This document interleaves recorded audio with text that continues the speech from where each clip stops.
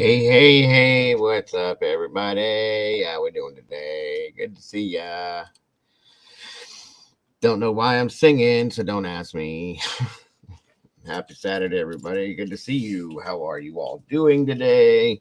Hope you all had a great night last night, and I hope you're having a great start to your weekend as well. Let's see who we have here today with us. Lance is in the house. Good to see you, brother.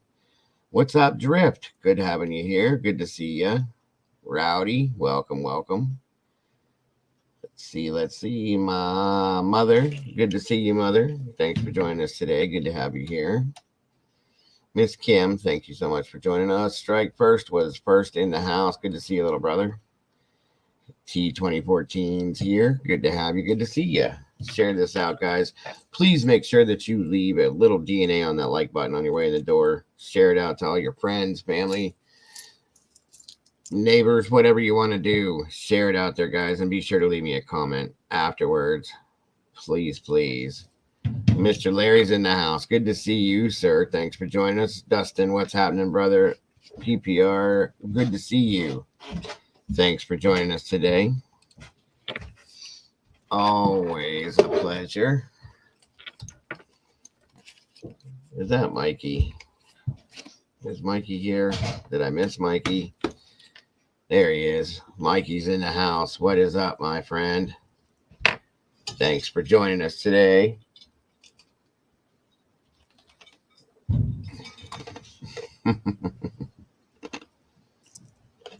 Good to have you guys here. Sorry I missed you guys yesterday. Once again, I think they were doing maintenance on the issue that they had from the day before with the internet thing, because when it came back on, it's been super, way better. And when I had called back in, they said that they were still working on the end result from the day before too. So it is what it is. That's why you did not see me yesterday. KC, good to see you. Thanks for joining us today. Welcome. Good to have you here.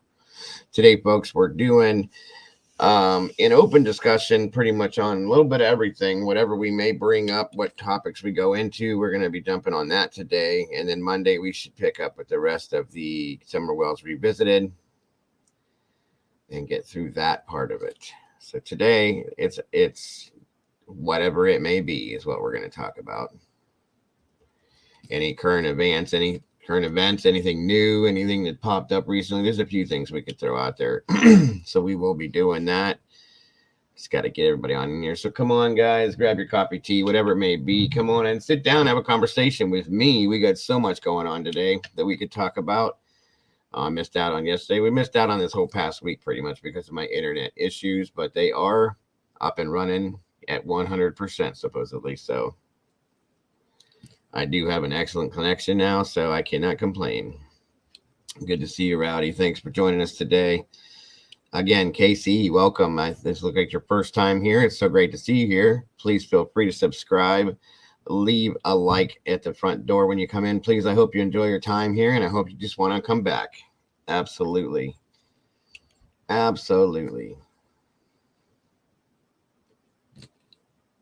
It's always good to see a new face in here. I love it. Miss Victoria Burgess, welcome. Good to see you. Good to have you here. Always a pleasure. We've got quite a few new faces in here. I'm happy to see you all. That is absolute, guys. And I thank you all for joining me. Again, if you guys have not, please feel free to hit the subscribe button. Subscribe, like, and share this out to any friends you think might be interested in stopping in to hang out with us today. Again, I hope you all are having a great Saturday so far. My apologies for not being here yesterday. They were putting the finishing touches up on my internet lines that they were working on. So here I am today for you. Typically, I wouldn't do a Saturday stream, but I feel bad I didn't get to hang out with you guys yesterday. So here we are today. All right. Come on in, everybody. It's great to have you here, Victoria. Always happy to see you. Just got to get everybody else in here. I think I dropped a link or a message in the Discord. Mama Bear will not be joining us today. She's got some stuff going on that she gets to handle. Sadly, we will miss her, but I do believe she'll be back on Monday. No one sent a search team. I thought I put out a message stating I wasn't going to make it, but that's okay. My apologies for all you guys that were looking forward to it. I'm so sorry to hear that.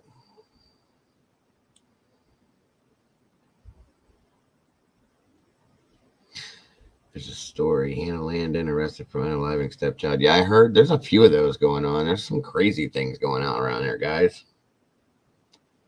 Crazy things. I am working on, as you all have been told, my secondary channel. It's called The Paranormal Experience, of course, with Dago. Hopefully that will be up and running here real soon.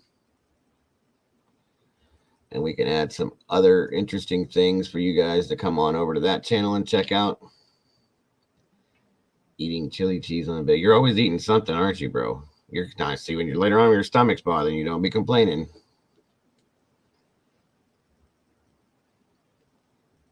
Oh, over here, Mike? Yeah, 100%. It is the absolute worst internet service you can possibly get. So if you guys ever move somewhere where you cannot get anything except for Optimum, move. Get away from it as fast as you can, because that is all I have out here where I'm at, sadly. And I don't have a choice. I'm at their disposal. So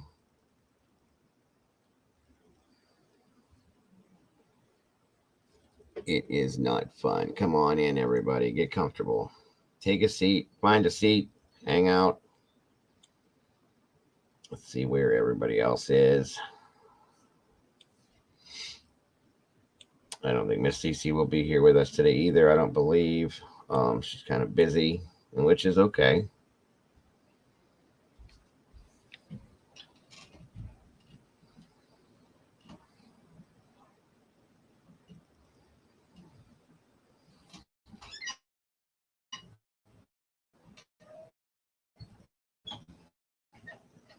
Morning, Trev. What's happening, brother? Good to see you. Good to have you here.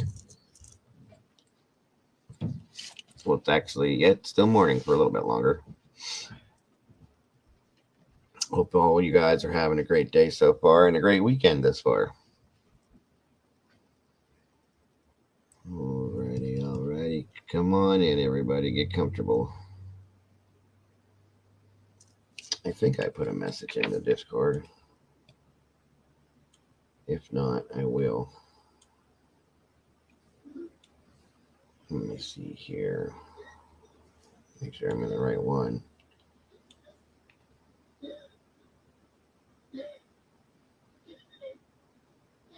Yep. Let me see what's up here.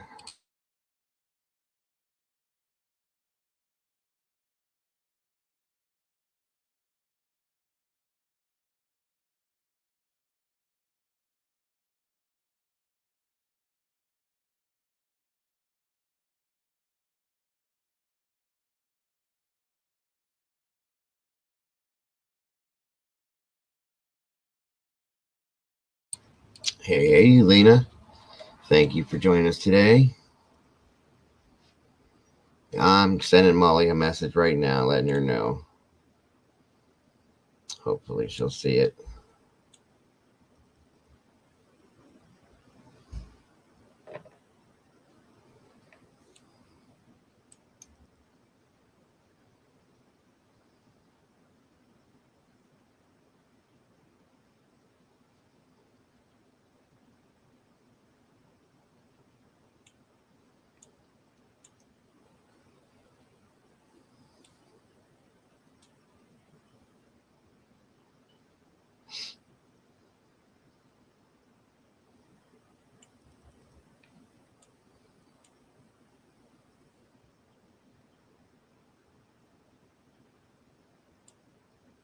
All right, I got those sent out. Welcome, everyone. Good to see ya.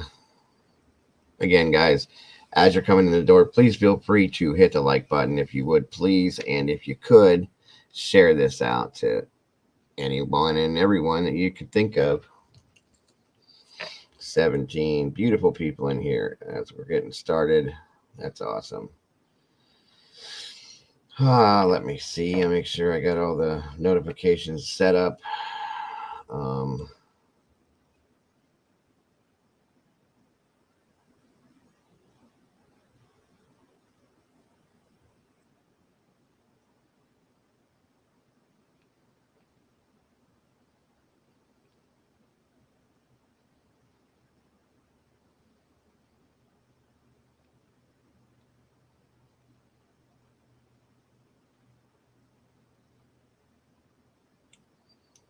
Welcome, Transporter. Good to see you. Thanks for joining us from over the pond.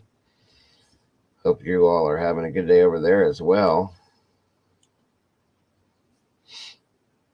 I think I got everybody else pretty much.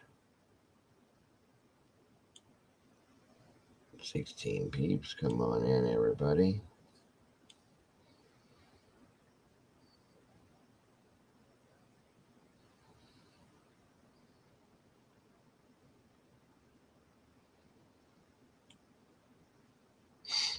I think I'll let Miss Vicky know. I don't know what she's up to right now. I think she's able to post in here. Oh, wait a minute here.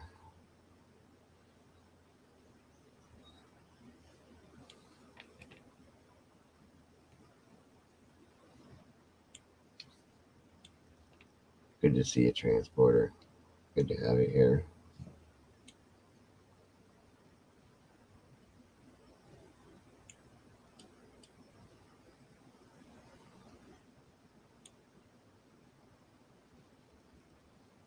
Okay. Like I said, guys, we're doing an open discussion today. Thank you, PPR. Yeah, let everybody over there know if they're interested that we are live, brother.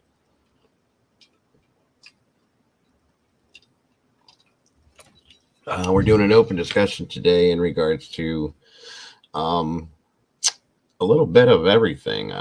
Be honest with you, for what's been going on. Monday we'll pick up with the Summer Wells series that we're doing, revisiting the Summer Wells case. Today, I guess, since it's the weekend, we're just going to kind of catch up on every other thing that we've been missing out on since we've been doing this. Welcome, Miss Sherry. Good to see you. Thank you so much for joining me. And all the rest of you awesome meatballs, thanks for being here today. Appreciate you so very much. All right. Sounds good, PPR. I appreciate it, brother. I absolutely do. There's a little bit of everything going on around here. Day 3 NFL draft. Yep, I missed it last night. Or I think it was, did they do round 3 last night, or is that today where Cleveland got their first pick? I missed that part of it last night.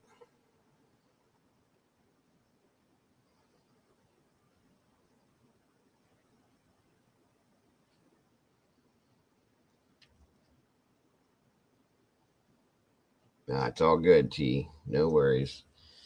Like I said, we've been running with the revisiting the Summer Wells case all last week, a little bit of the week before, and we haven't really touched base on much of anything else. So I figured today would be a good day. We could just kind of catch up on a little bit of everything. Good evening. Good morning, Mr. Darren Lambo. It's been a minute. Good to see you. We may have some updates from overseas as well in the UK, by the way. Try to keep up with on everything, guys. Haven't done that in a while, at least a week. We haven't talked about anything other than Summer Wells. So, and that's still important. We will get back to it, but today we're going to touch on a little bit of everything else that we haven't looked at in a while. So good to have you here, Darren. Thanks for joining us, brother. Hope everything's going good for you over the pond over there. I hope you guys are having better weather than we are. We got this crappy, gloomy, rainy, cold weather stuff going on. So you know how that goes.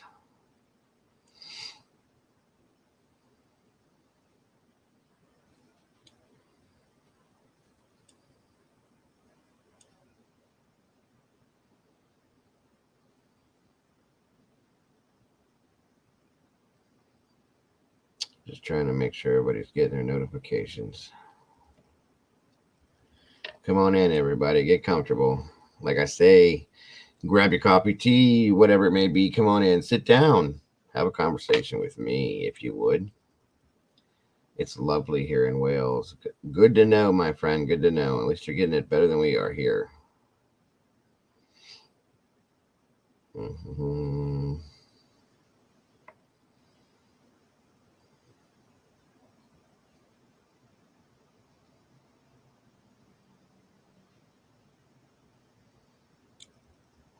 Excuse me for one moment, everybody, as I grab something real fast. Take a moment and what is that? And where is it? Huh, maybe. Here it is. I will be right back.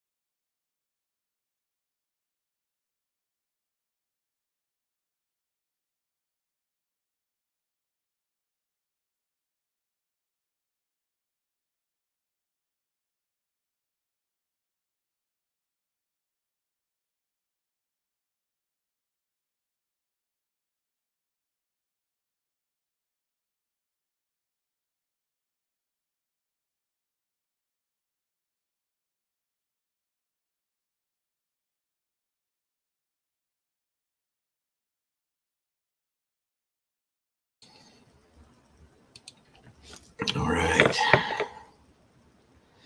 Mrs. M, good to see you. Welcome. Good to have you here. I wish it was going to be 80 here today. I think our high is supposed to be 70 or 75 or something like that. We'll see. Come on in, folks. Get comfortable.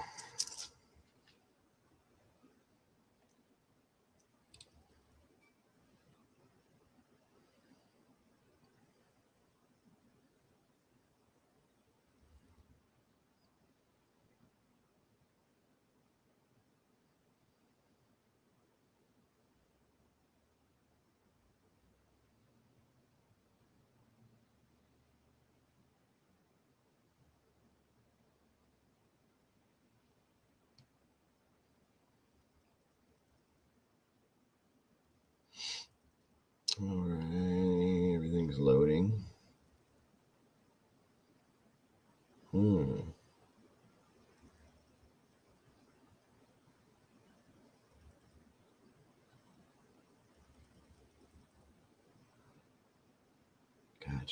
Gotcha. Understandable, Mr. Darren.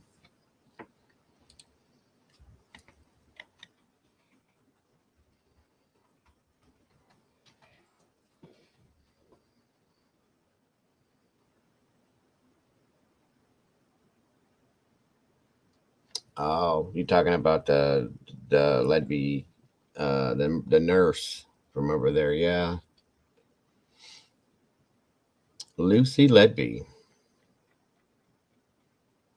She a monster, or is she just a nurse trying to give care to people?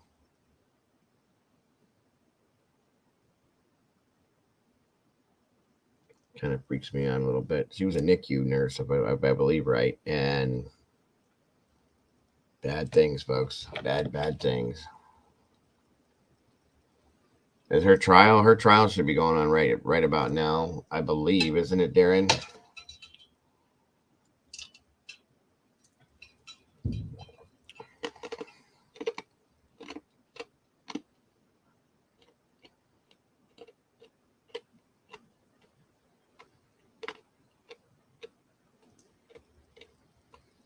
And what are they saying? That she's being charged with what, like 7 infant deaths? That's scary. Really scary.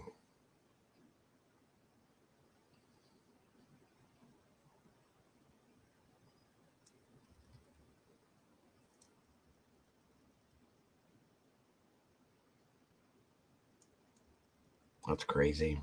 That is crazy. All right, let's see. Where's my moderators at? Who I got in here? Drift is in here. He's a mod. Dustin's a mod.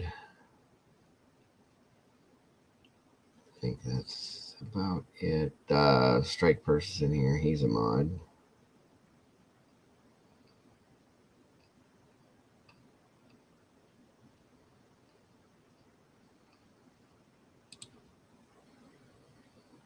Yep. All right, we got all the guys in here, all the male mods in here today. That's an odd one. Doesn't happen too often.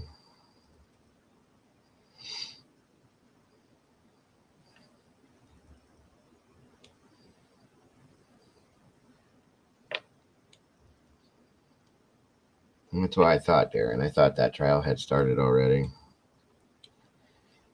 That's just some crazy stuff right there. Completely crazy.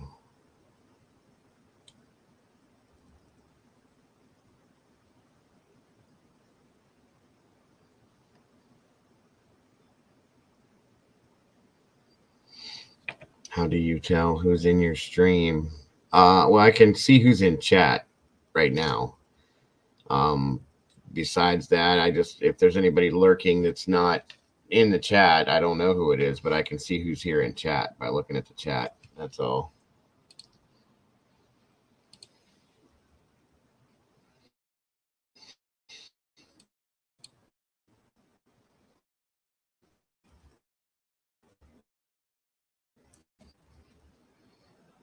Exploring with spiders. Dan, he lives in UK. Great channel. Oh yeah. Okay.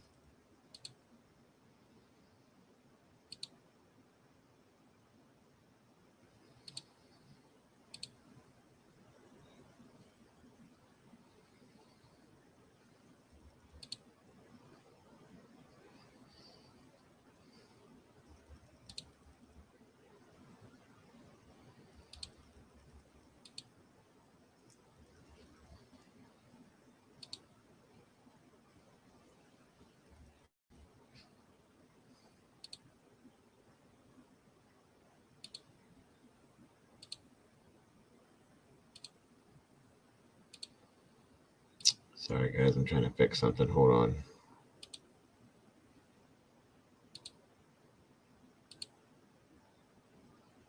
All right.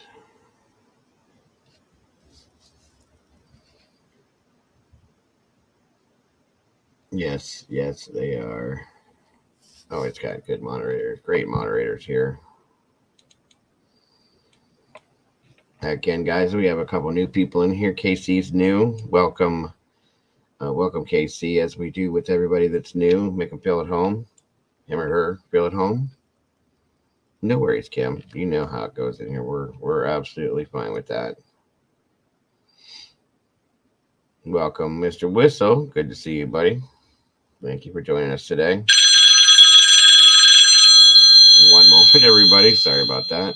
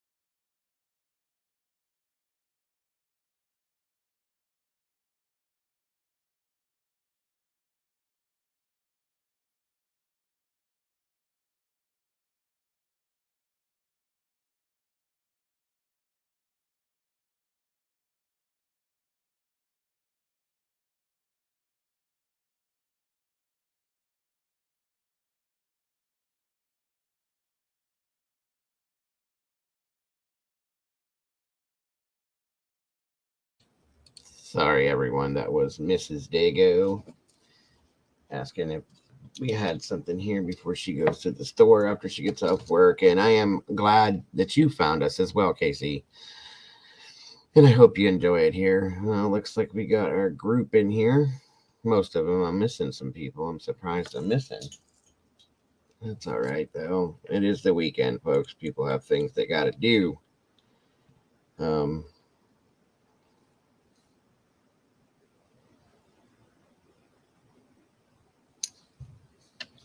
So, again, I hope everybody is having a great start to the weekend. I hope everybody is enjoying yourselves, had a great week, and you're ending it by starting off with a great weekend.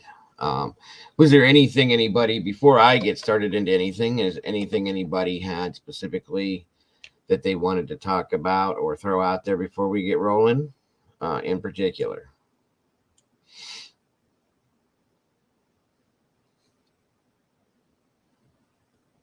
Anything at all?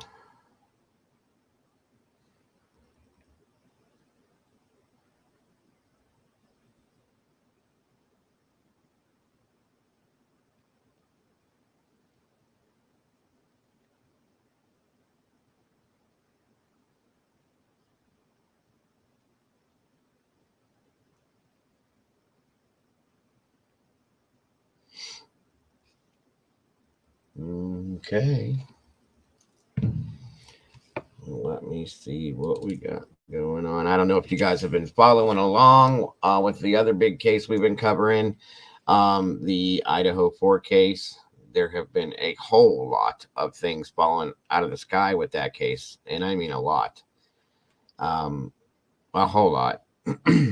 It should be coming within the next week or so. Strike first. I have put it all. I put the channel name and title together. Again, like I said, it's called The Paranormal Experience.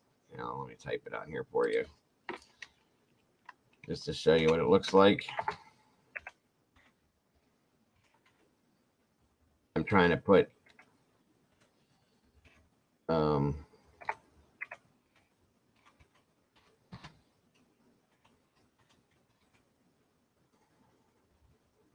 one second.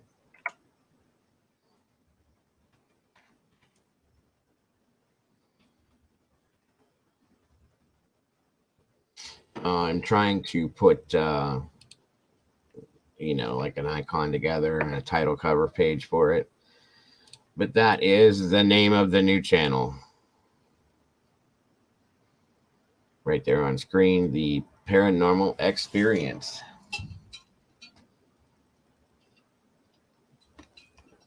I hope to see all you guys over there too when we get that one up and rolling. We got a bunch of new things we're going to be kicking off here soon. Once we can get everybody up in Discord and running, we're going to get the movie night thing going. The newer channel is going to be doing that as well. For those of you guys that are interested in paranormal experiences and issues and things and whatever you want to call them, come on over, hang out with us. I expect most of you guys that are in here already will be over there for sure, because a lot of you guys had requested that type of stuff. That's why I was starting the other channel to begin with. So it should be here relatively soon, Strike. I kind of wanted to get through the whole Summer Wells thing first, be done with that, and that way I'll have some extra time to kick into the next one. Miss April's in the house. Good to see you, my dear. Thanks for joining us today. Just wondering where Miss Brandy's at today. For sure. Let's see here.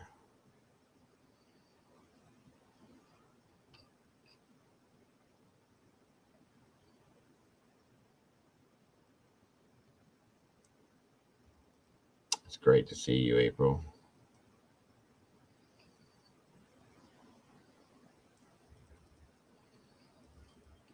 I guess not everybody's people must be busy today.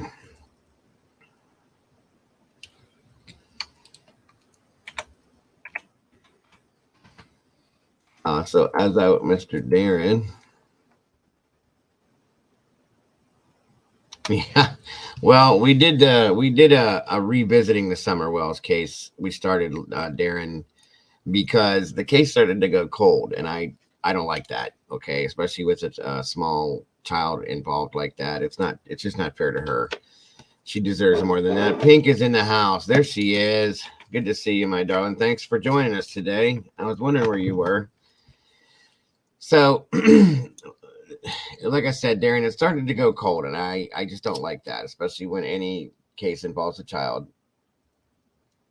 So I thought it would be a good idea for us to revisit the case and go through some things that we very possibly could have missed, and we have found quite a few. And I don't Miss Molly's and pretty passionate about the case. Mama Bear, everybody else, they're all pretty passionate about that case. So to revisit it, it's a good thing. Miss April is once again a member. Thank you so much, Miss April, for renewing your membership. Welcome back to the sauce. Oh, I know. There is so much down there too, Casey. I am all about that place. So we're probably going to be getting into some stuff that goes on down in your realm down there. So I have some good ideas. Should be interesting to say the least. And we are linked with our brother's channel. He's up here and somewhere in the chat, the Professional Paranormal Research channel. We do a lot of stuff with them. So we're going to be collaborating back and forth with them. It should be a good time. Hope to have you around, KC, to check it out with us. Again, I hope you like it here and want to come back. It's good to see you. And I'm hoping that it, it pans out very well, that channel itself. So that's no worries, Kim. That's what it's all about. A lot of people that had joined this channel weren't familiar with that case because we did it a long time ago. And, we're almost 2 years into that case at this point. So that being said, we kind of helped a lot of people that didn't have the names down and who was involved and who wasn't involved and, what went on with this and what went on with that. So again, revisiting it brings it to light for some people that weren't familiar with it. And it brings back some things and gives us a chance to find some things. As I showed you guys the other day in that interview with Chris McDonough and Candace down at the swimming hole, 90% of that story was told that it was a lie. And then we had the interview with Chris and Hunter, and some of that story ended up being lies. So that's how we can break things down, guys. Figure out who's telling the truth and who's not, and try to differentiate it for ourselves. So, that's kind of what that's all about. It's so obvious with all the neglect of every child those pair of numbnuts have ever had. It's a fact, Darren. It's sad to say that, but that's a fact. It really is a fact. And it makes me sick because, as I've always said, children do not ask to be born. Okay, it's just not in the cards for that to be that way. So when they are born to parents that don't want to do anything for them or don't want them to be there, that don't want to be bothered with them, it saddens me to see what happens to these children in a lot of ways. It's really sad.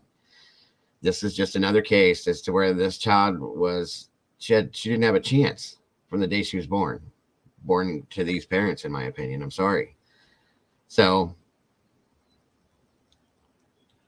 at this point, this channel, as in money, a lot of other channels have to be the voice for the voiceless. Summer can't tell us what happened, what's going on, where she is, where she was, who did what to her. She can't do that because her voice is no longer heard. So that way, when we do what we do, we give her a voice by putting her name out there, by putting out all the pieces of evidence that we've found and the facts and the rumors and all that. And if you put all that out there, eventually something comes to play to where somebody's interested enough to say, hey, did this happen? Why did this happen? What's this all about? And, it helps it along in some ways to maybe possibly find this child, bring her home, in one form or another, and give her true justice.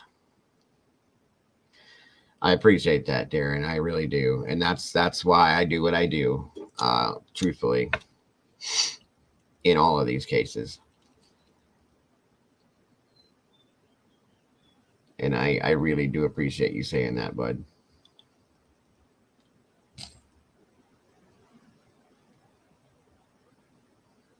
looks like this is who we're going to have. So again, like I said, there's another bigger case for those of you that are newer in here that we have been covering, the Idaho 4 case.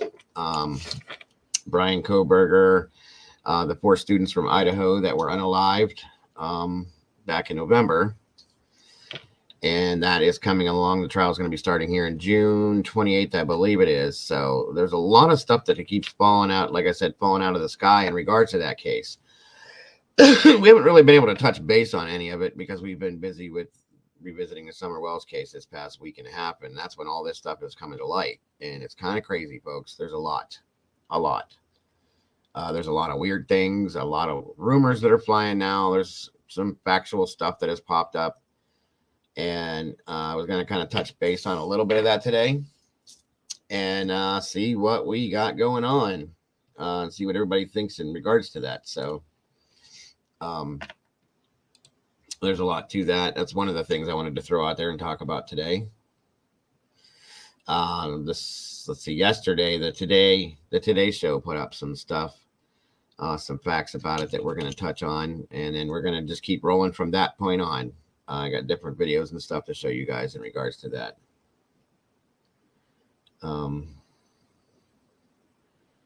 For those of you that are following the case, as you all do know well, we had talked about the 2 survivors in pretty good detail. Bethany Funk, as well as Dylan Mortensen. Yeah, right. That's exactly what goes on too, Darren. So that being said, you kind of have to look at what comes up when it comes up, put it out, and then we go through that, make our own decisions based on that. So the one survivor, Bethany, we hadn't heard anything about her or from her, and I made a couple comments about that a while back, and I just kind of wondered, like, where's she at? What's she been doing? What's going on? Why haven't we heard from her? Well, now we have. They had tried to put a subpoena out for her to be in court to testify. She fought that. And now at this point, she's going to interview with the defense. They're going to go to her in Nevada, interview with her and see what kind of information she actually has and whether or not it's going to help or hinder the defense in some ways, guys. I'm curious to know myself. We're going to look at that today.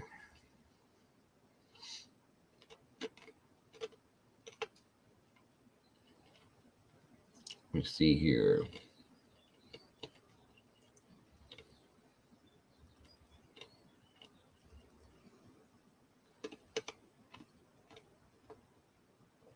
Well, let me see. I'm going to give you guys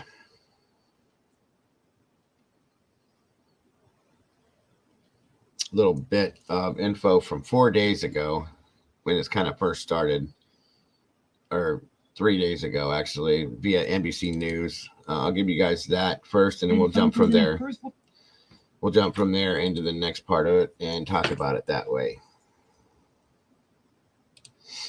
Again, guys, as I say with every video that we check out or talk about, please let me know how the audio is and so on and so forth.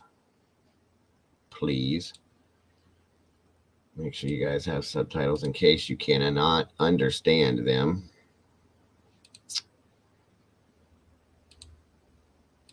And again, this is in regards to the Idaho 4 case, with them trying to subpoena Bethany Funk and talking about having the two surviving witnesses be to testify at the trial in June.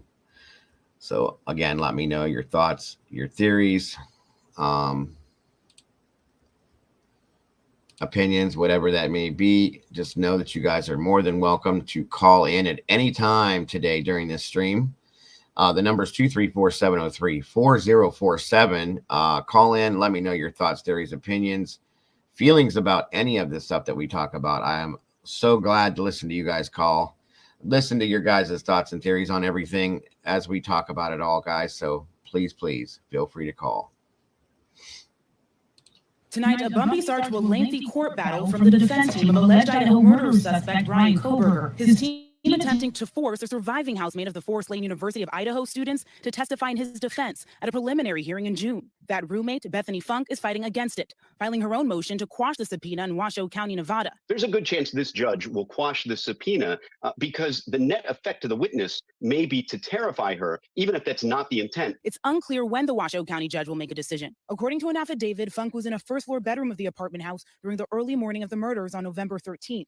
A criminal investigator for Kohberger's defense writes that Funk has information that is, quote, exculpatory to the defendant, and adds it's, quote, unique to her experiences and cannot be provided by another witness. NBC News reached out to Kohberger's attorney, but has not received a response. He has yet to enter a plea for his June 26th hearing. Funk was ruled out as a suspect early on, police say, and her lawyers say the defense's claims are without support. They also argue the court does not have the authority to summon a Nevada witness to Idaho for a preliminary hearing. She would potentially have to stay for the duration of Kohberger's trial. One reason the defense may want to call this witness is they have some reason to believe that she'll testify inconsistently with what she's told police in the past. If that were to happen while she's under oath, that would be a really big benefit to the defense, because now they'll have something to cross-examine her with at trial. Funk and the other surviving roommate, Dylan Mortensen, have not spoken publicly about the case, but honored their fallen friends in letters read by a pastor at a church vigil. They all lit up any room they walked into and were gifts to this world. I wish every day that I could give them all one last hug and say how much I love them. Investigators have not said whether Kohberger knew the victims or why he would have targeted them, and a motive is yet to be revealed. But trace DNA that was on a knife sheath left at the crime scene to him. The murder weapon, police say, believed to be a knife, has yet to be found. Nyla Charles joins us now from L.A. Nyla, do we know any more details on why the defense has called Bethany Funk to testify and not the other roommate? Tom, because the judge issued a gag order in January barring anyone involved with the case from making statements, we don't know what Funk saw or didn't see, but clearly the defense finds it beneficial to their case. Here's what we know about the other roommate, Dylan Mortensen. A police report says the morning of the murders, she woke up to voices and saw a suspect walking past her with a mask on. The defense, as of now, not calling on her, but we'll see how this plays out in court. Tom? Thanks for watching.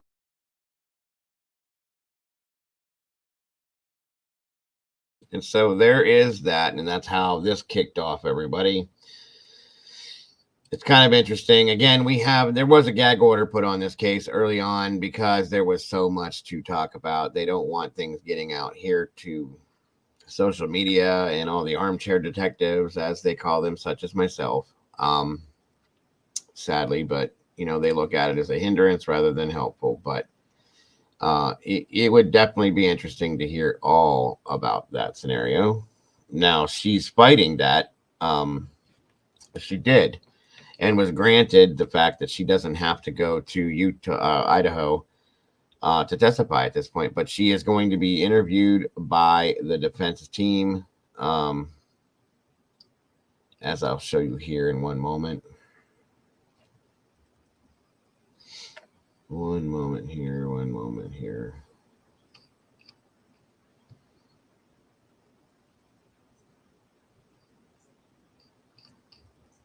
Yeah, I agree with that, Casey. I really do.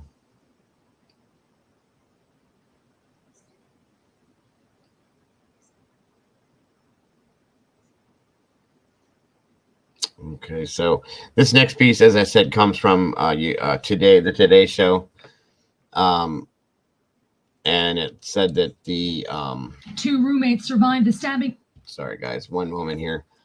That there are new developments tied to the suspect that emerged, and I thought that would be a good point to throw at you guys as well. We'll catch all this stuff up here. Like I said, kind of just a current events stream today, trying to catch up on everything we haven't seen or heard or talked about. A lot of other channels have been. We haven't had the time to because of what we've been doing, but I will catch you guys up as much as I can for sure. There's a lot going on, that's for sure. I was really surprised because it's so quiet for the most part. Any other time, whenever we're doing something, nothing had come out of this in quite a while, and then boom, boom, boom, all of it one time. So I feel I have to catch you guys up at the least. Two roommates survived the stabbing attack inside this house last November that left 4 other students dead. Bethany Funk was one of the survivors, and now she's agreeing to be interviewed by the defense in the murder case. Attorneys for the suspect, Brian Kohberger, issuing a subpoena for Funk to testify. Kohberger's legal team claiming Funk has exculpatory information that it might help to exonerate him. An investigator for the defense writing, Ms. Funk's information is unique to her experiences and cannot be provided by another witness. Funk's attorney fought back, filing a motion to quash the subpoena, writing, even if Funk possesses exculpatory evidence, which remains unknown, there is no place or reason to present it at a preliminary hearing. So what this means, folks, and they keep saying that it's unique to her experience. Miss Jules, thank you so much for joining me today. I wish you could join me on panel today. It would be awesome. I'd love to have a conversation with you about this stuff. The face Ann hired, that Richard guy. Let's see here. The face Ann hired, that Richard guy is telling she's used him before and found the person innocent in the end. Yeah, I heard that too. I heard that. The fact. That's why I was. Oops, sorry, Pink. Yeah, that's right. That's right. Fact. You were saying the fact. And hired him. Yeah. No, I understand. There's a lot to go into with this too. Like I said, we haven't really got a chance to jump into this at all. And so I figured I can't, but my kids are going to be watching TV about. Oh, I don't care about that, hon. Not at all. Here, I'll tell you what, just because we always have good conversations, I'm sure everybody would love to have you up here as well. So I'll throw you a link right there. We can talk about our differences or what we agree on with this. And I'm kind of curious as to get your input as well. There you go. There's a link right there, my dear. Go ahead and click on that at any time. We'll throw that up there and get busy with what we're doing. And I appreciate you, by the way. Always a good time. Mama Bear's kids are usually in the background doing what they're doing, making their noises too. It never bothers me, so no worries at all.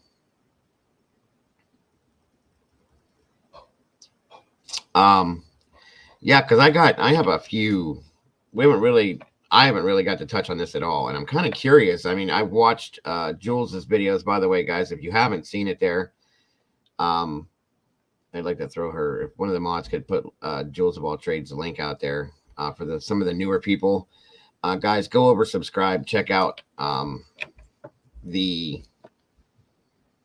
videos that she has put out. There's a lot of interesting stuff to talk about with those. There really is. She makes some very good points, and I have a lot of curiosities with this case. I always have, because of course we covered it in full.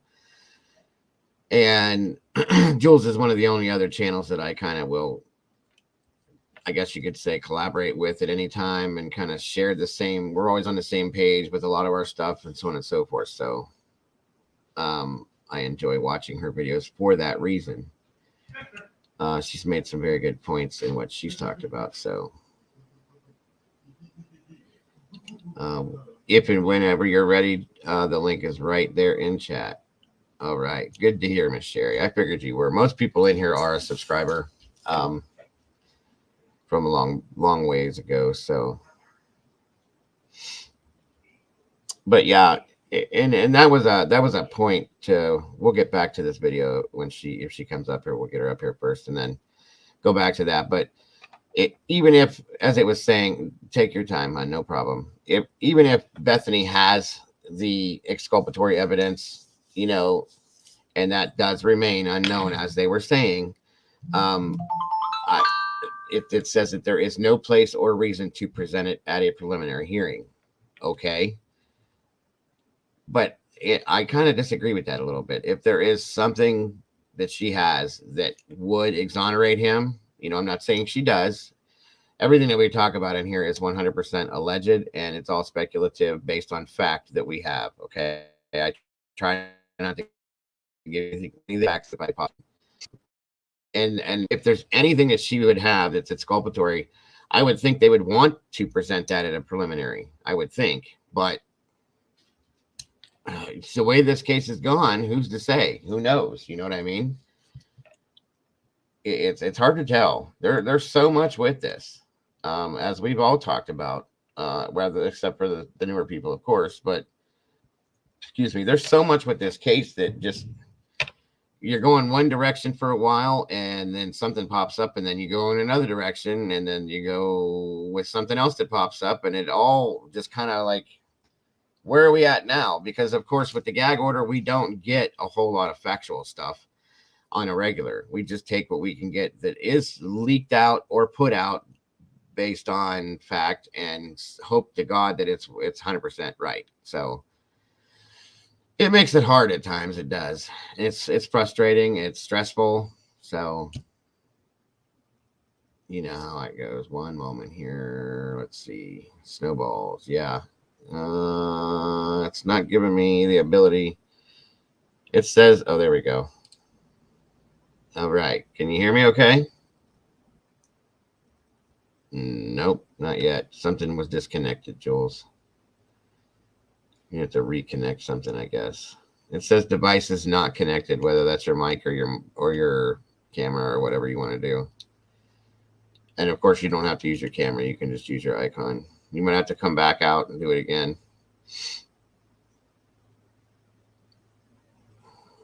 They need to connect their mic, it says. Okay.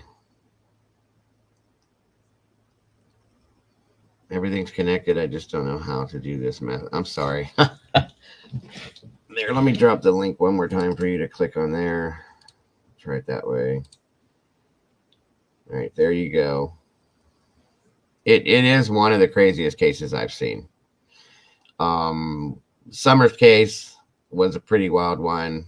Kylie Rodney's case is still pretty crazy, and I still haven't let that go completely because I won't until they tell us the truth on that one, which they haven't, in my opinion, at least. And this one, the Idaho case, probably the three craziest cases I've covered thus far.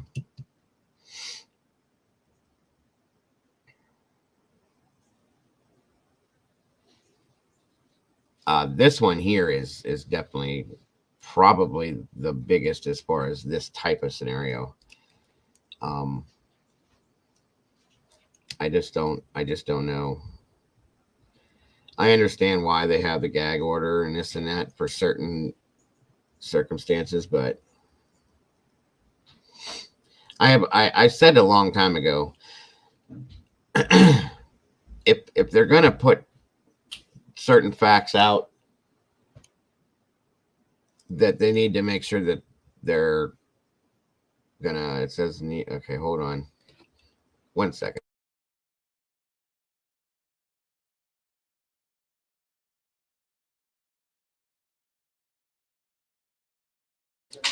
So, all right, go ahead, Jules.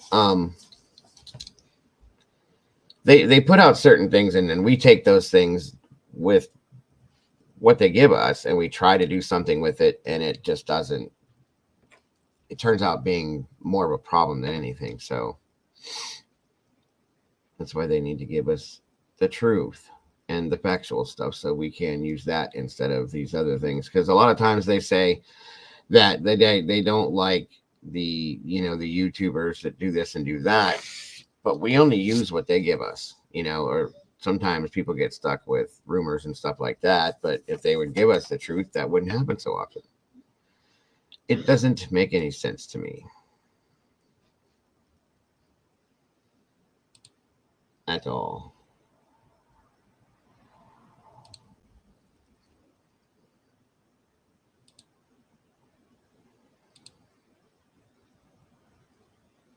A lot of lies. Oh yeah, a lot of lies. There are a whole lot. And we go do our research looking for. We'll get some information, and we take that info and we go research with that info and start digging on different aspects of the case. And then when we come up with something, and then they try to say that it's not. It's blocking my camera and mic for some reason. Oh, it's okay. Take your time. I have time. Just don't get frustrated, because it can happen. It happens to me all the time. No hurry. No hurry at all.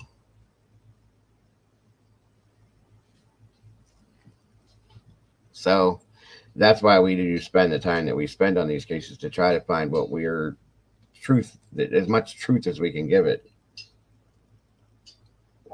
As much truth as we can give you guys on this cases that we like this, okay? Nobody wants to take a rumor and run with it and have it turn into something that it's really not. And then in the end, it ends up causing more problems than helping with the case. So That's why we try to take Joel's channel, and there's quite a few other that tries to take as much of it, of the truth that they will give us, and make it work, if that makes sense. There's some deeper things going on with this one than just like what Kylie Rodney's case was, that have not come to surface yet, that it's driving a lot of us insane because we can't get the right info to make it, to put it out there like it should be. It kind of sucks in a way. And speculation is speculation. It's not always a good thing, but they'll put out, say, an affidavit about something, and they just put it out there for us to see it, and then they don't say nothing about it. This is what bothers me, because when we come to our conclusions as to what this may be or what it should be, then they get angry because, well, that's not what that was. That's not what that is, and that's not, why'd you do that? Well, that's because that's what you gave us to work with. So it's quite irritating at times, I'll be honest with you. I don't know. Don't know at all.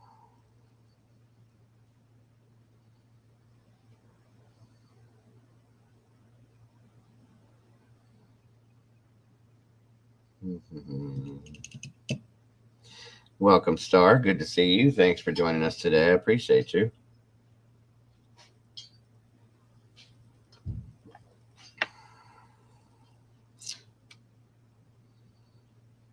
Let's give it a few moments, guys. She's working on her mic and camera to get it to work. I don't know why it's blocking, and I'm trying to think of what would cause that too. I can't think of it at this point.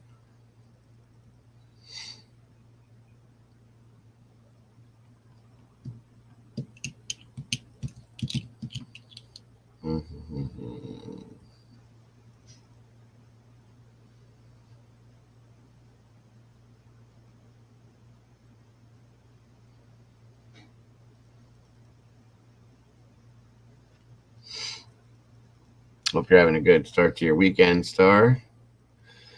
And I hope you had a good night last night. Revenge of the Mannequins. Yeah. It keeps telling me it's blocking it, but it's not. It's all allowed, and there's no red X on top of the screen, so I don't know what I'm working on. It's okay. Don't worry about it. Take your time. I'm not going anywhere. I don't know if anybody else is, but I'm not going anywhere. We'll get it up and running. No worries. Did you have to? I had that problem happen once where I had to reinstall, like take it off or unplug it and plug it back in with my camera and microphone and stuff like that. So I don't know. You slept in late, huh, Star? Hey, it's the weekend. Do what you got to do. Go ahead and work on that for a minute or whatever you're doing, Jules. I'll be right back, folks. Give me 1 second here. Need to grab something. And just in case you all do, go for it. Grab yourself some snacks, drinks, whatever you need to. I'll be right back.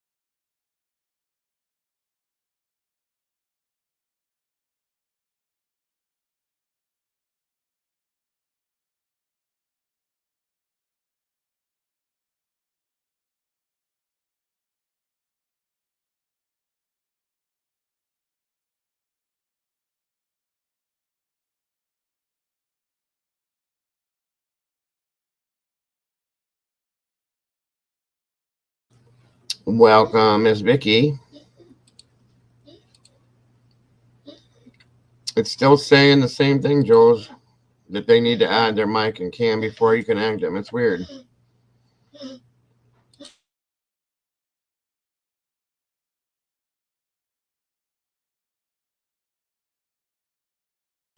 Good to see you, Vicky. Thanks for joining us, dear.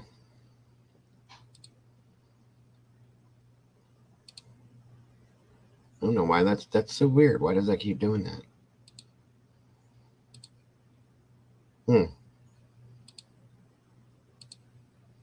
Device is not connected. Are you using a different microphone than from before, or a camera, or are you using the same thing you always use? That's weird. Oh, that's okay, Vicky. No worries. There's never any apologies for being late, early, whatever. No need ever. Good to have you here. Yes, my only fan got taller. I told you I was getting a new one. I don't know. I'm turning on my camera like when I record. It's working just fine. I can hear just fine. Something with StreamYards is just not recognizing any of my stuff. Do you have to go into your settings in StreamYards to do anything? Or you should just be able to, if it's all on, you should be able to click the link and it should just automatically pick you up.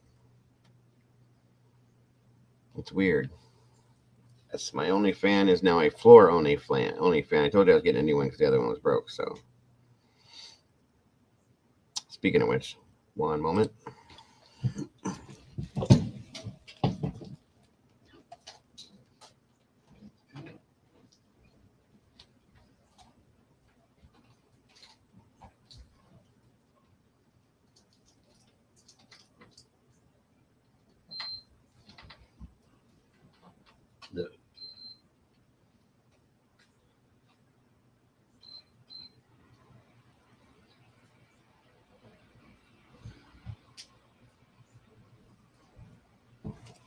All right. Yeah, this one's remote controlled too. It's pretty cool. No problem, Jules. No problem at all. Probably a good point. No worries. Take your time. Good to see you, Red. Yeah, see? Oh, well, I had to move it, I guess. But it's there it is. It's oscillating.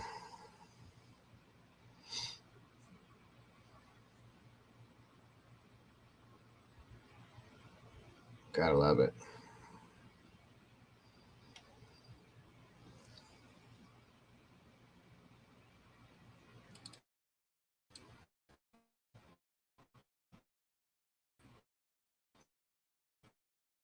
And I said,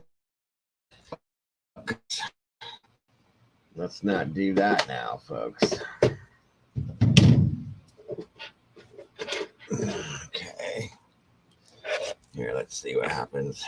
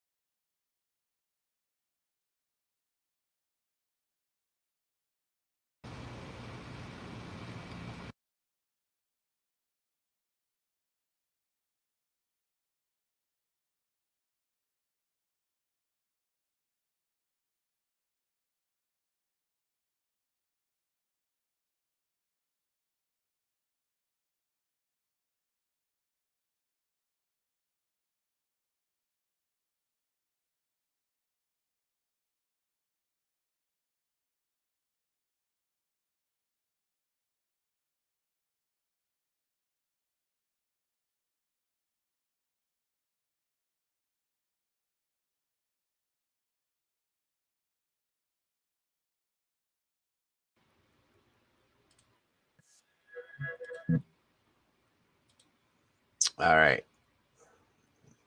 Yeah, that's just to mute me on the camera microphone. I don't want that one to work. But can you guys hear me now? Yes, no? Maybe so.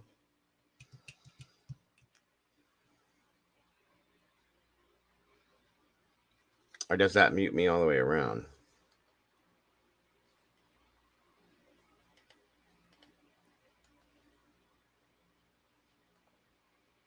Yarp. Okay, there we go. We are good. Good.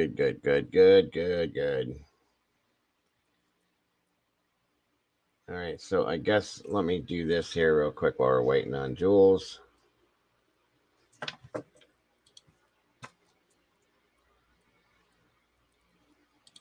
We'll play that video. Two roommates survived the stabbing attack.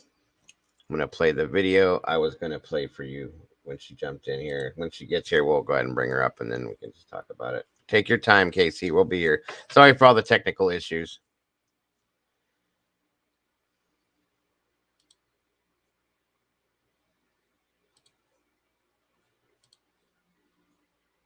Good deal.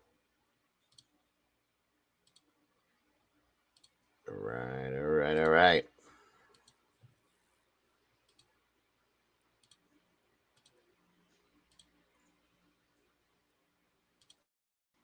Attack inside this house last November. They left four other students dead. Bethany Funk was one of the survivors. And now she's agreeing to be interviewed by the defense in the murder case. Attorneys for the suspect, Brian Koberger, issuing a subpoena for Funk to testify. Koberger's legal team claiming Funk has exculpatory information that might help to exonerate him. An investigator for the defense writing, Ms. Funk's information is unique to her experiences and cannot be provided by another witness. Funk's attorney fought back, filing a motion to quash the subpoena, writing, even if Funk possesses exculpatory evidence, which remains unknown, there is no place or reason to present it at a preliminary hearing. But new court documents made public show she's now agreed to an interview with the Idaho-based defense counsel. Funk will testify in Reno, Nevada, where she's from, instead of taking the stand in the Latah County, Idaho court, where Koberger's preliminary hearing is set to begin in late June. Ahead of the hearing, the prosecution expanding its team as they look to bolster their case against Koberger. Two deputies from the Idaho Attorney General's office, Jeff Nye and Ingrid Bate, have been appointed to assist in the prosecution. Ryan, what you doing? Koberger was arrested in late December, charged with the stabbing murders of Xana Kernodle, Ethan Chapin, Maddie Mogan, and Kaylee Gonsalves. According to charging documents, their other surviving roommate, Dylan Mortensen, saw a male figure with bushy eyebrows, a mask, and black clothing in the home that night. Funk's account of that night is not included in those documents. Prosecutors allege DNA evidence, video surveillance, and cell phone records led them to Koberger, who is pursuing a PhD at nearby Washington State University. He has yet to enter a plea, but has said through a former attorney he believes he'll be exonerated. So, Aaron, what are attorneys thinking that Bethany's testimony might reveal?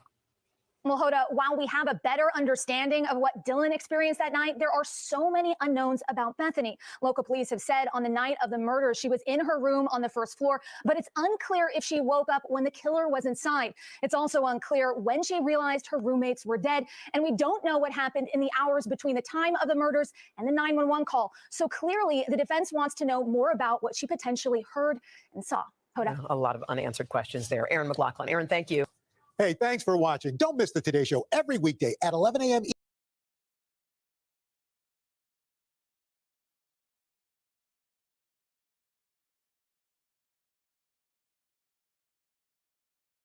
All right. We're kind of doing an open discussion today, Vicki. We've been covering a case in Idaho, about four University of Idaho students that were murdered, per se, back in November. And that's one of the bigger cases we've been covering. So that's what we're talking about. I'll show you bits and pieces you'll see here of it to catch everything up on it. But there's some new evidence that popped out. And like I said, with the open discussion, we're talking about whatever we talk about, anything. If somebody wants to throw something out there, we'll talk about it for sure. Trying to find.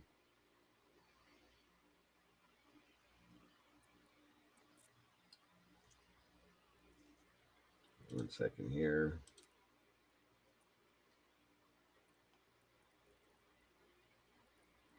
So there were two roommates that survived. I don't know if you're familiar with that case, Vicki. There were two roommates that survived that attack. And at some point, they're trying to force those roommates to testify in the trial coming in June. The one girl does not want to. She lives in Nevada now. She doesn't want to be bothered with it in that sense. So she signed an agreement to have the defense team meet her in Nevada where she lives and interview her that way. So we'll see how that goes.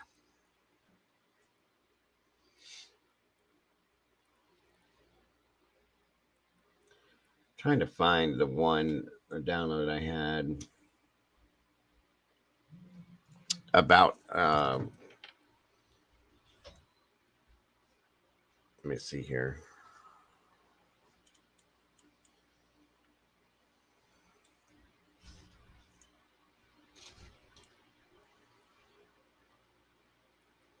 Okay. I mean, this is via News Nation. Talking about her. Is this a fish? Talking about her agreeing to meet with the defense team in Nevada based on what I had just showed you guys.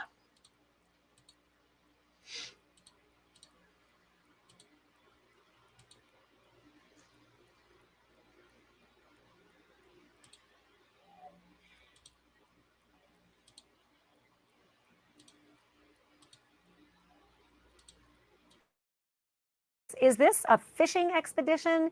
Is this a strategy? What do you make of this request? I don't think it's a fishing expedition, and I'll tell you why. The fact that they cut a deal to meet in another state leads me to believe that, in fact, she does have information, and they didn't want to get into a battle about it, and that's why they compromised. I don't see any reason. If you honestly believe, if you're representing her, that she didn't have anything and it was a fishing expedition, you would have gone through with the motion to quash or litigated the subpoena and the ability to drag her there. So my guess is, and this is totally a guess, that it either has to do with the timeline or with somebody else who was present either before, during, or after. And that is, I'm piecing that together with various data points. Number one, I've always thought that the time. Why then just her? Because we know full well that Dylan is a wealth of information. Why wouldn't they have pushed out that same subpoena to Dylan? It's possible, and we don't have all of the unredacted reports. It's possible Dylan already has cooperated in some way that they can memorialize the testimony at the preliminary hearing.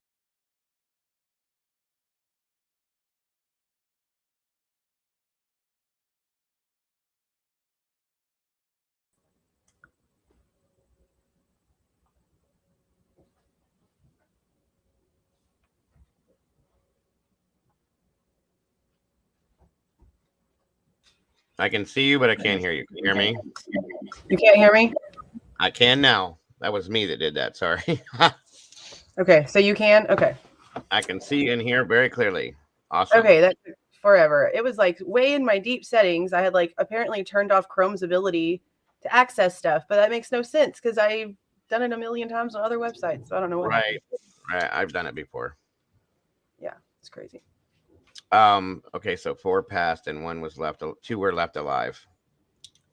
Kim, or I'm sorry, Vicky. Yes. Vicky has not heard this case yet, so Wow. I'm glad you're here because I had some questions for you for sure on this one. Guys, welcome Jules to the panel today instead of the chat. She doesn't have to work today, so she gets a little extra time, I'm guessing. Yeah. Hey, do you think you could look up the Super Mario Brothers? Sorry, my child had a question for me.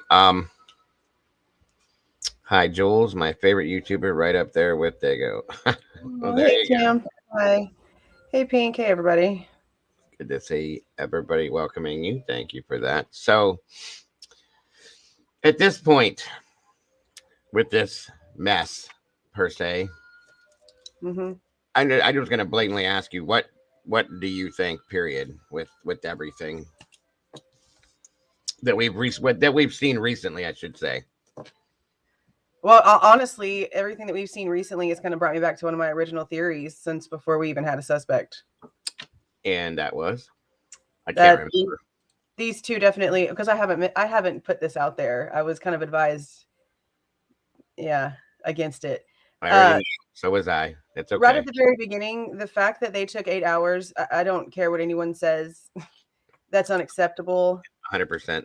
And I know that some things are just like hearsay and everyone wants to just believe everything that the cops lay out, but the cops are not going to tell us things that neighbors and locals will that are Right. there and experiencing things. Right. So I take what the mom at WSU mom, the Kim lady, I take what she says, like, I find some relevance into what she's saying. And a lot of it has always fallen into them telling us from the beginning that these people summoned other people over there. Yeah.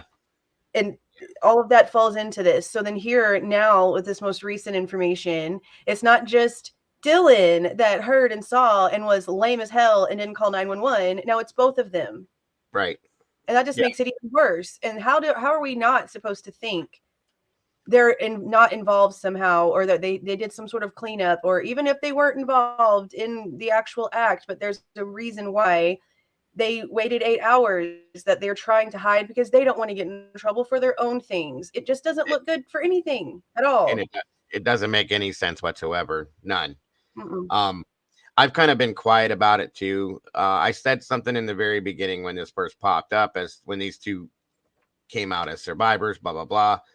And I'm like, I'll be honest, guys, I have a problem with this, but I'm not going to go too far into it because I didn't want to blast Dylan at that time, because we have not heard one word, one iota of anything about nor from Bethany at all. And I'm like, where the hell is she at? But we haven't heard from any of them. Yeah, Anything that we are hearing is literally just from what the cops are telling us from the PCA. Neither one of them even showed up to like the memorial. They had a letter written. That in itself was weird to me. That was very, very shifty. Yes. Yeah. And why wouldn't they show up? Not even their family members are talking. No. It's weird. Now, I don't know if they have I'm sure they have attorneys that have said, don't do this, don't do that, but here's the thing.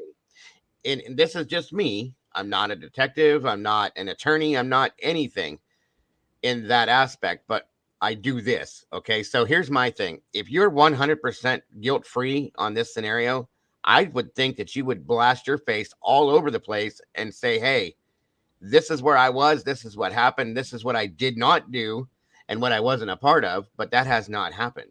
No. And the same way we haven't gotten any sort of alibi from Koberger either. Nothing.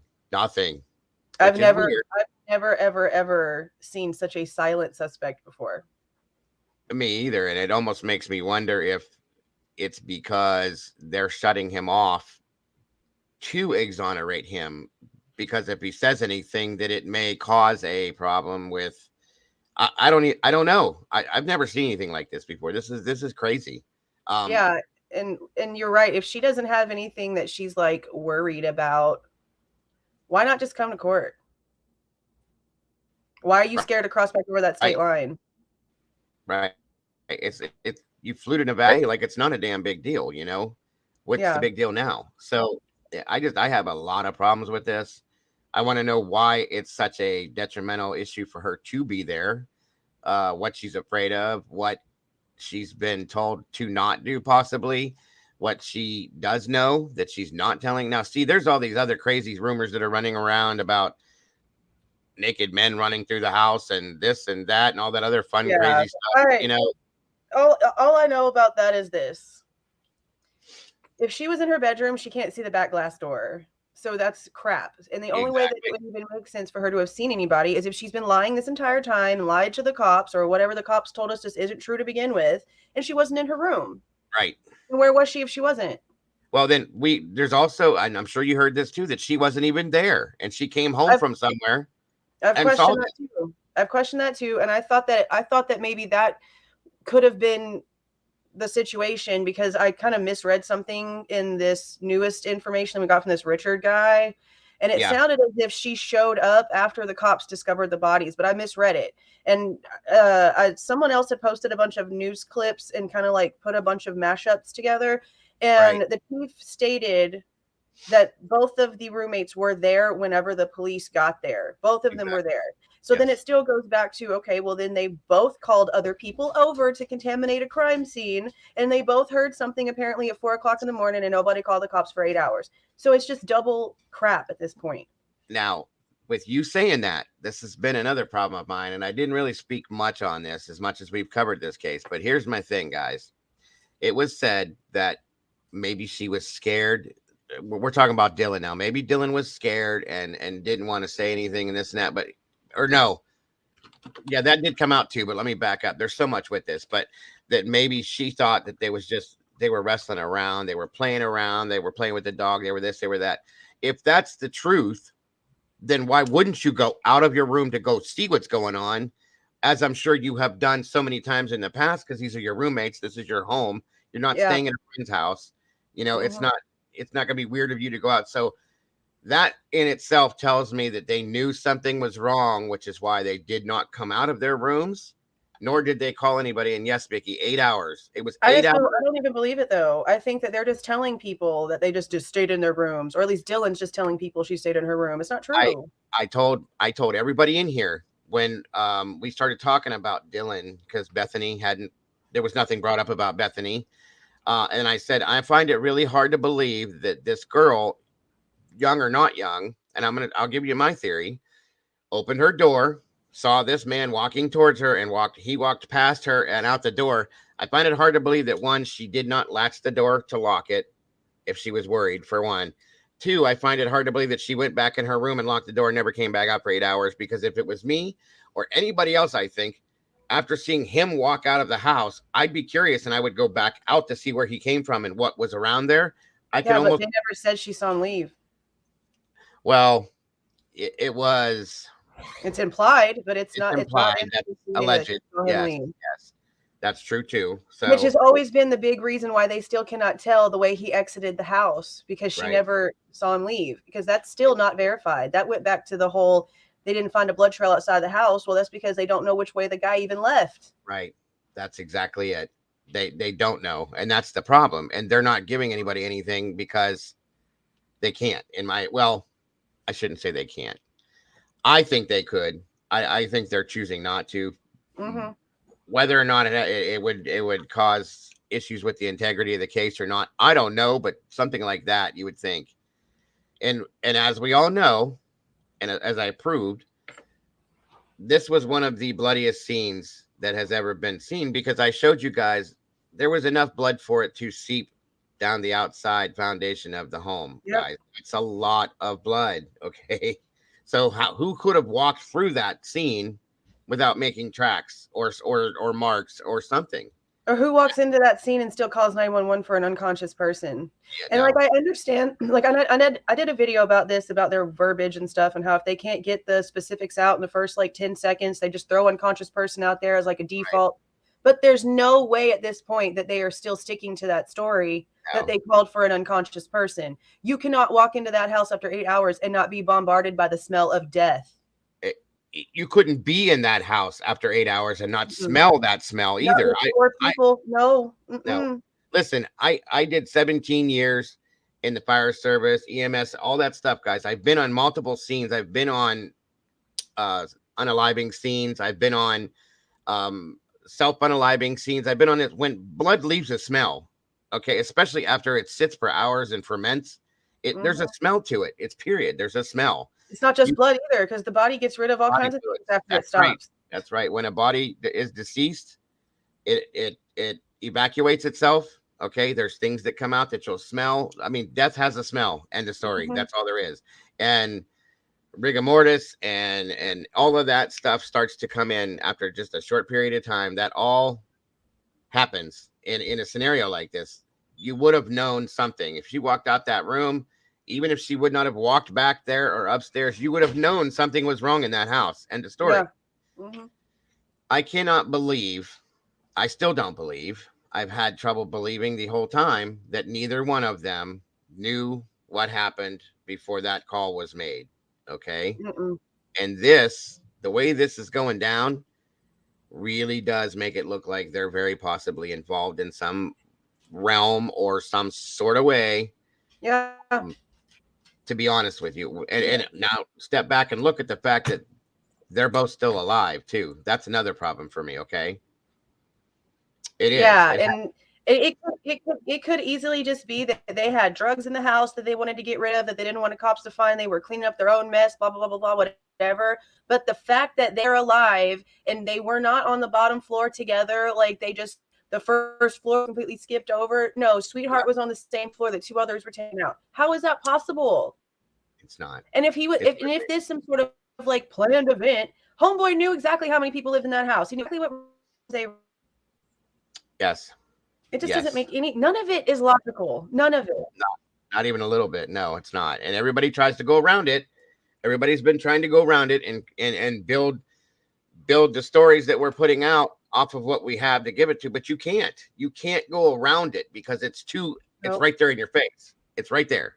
Okay. It's right there.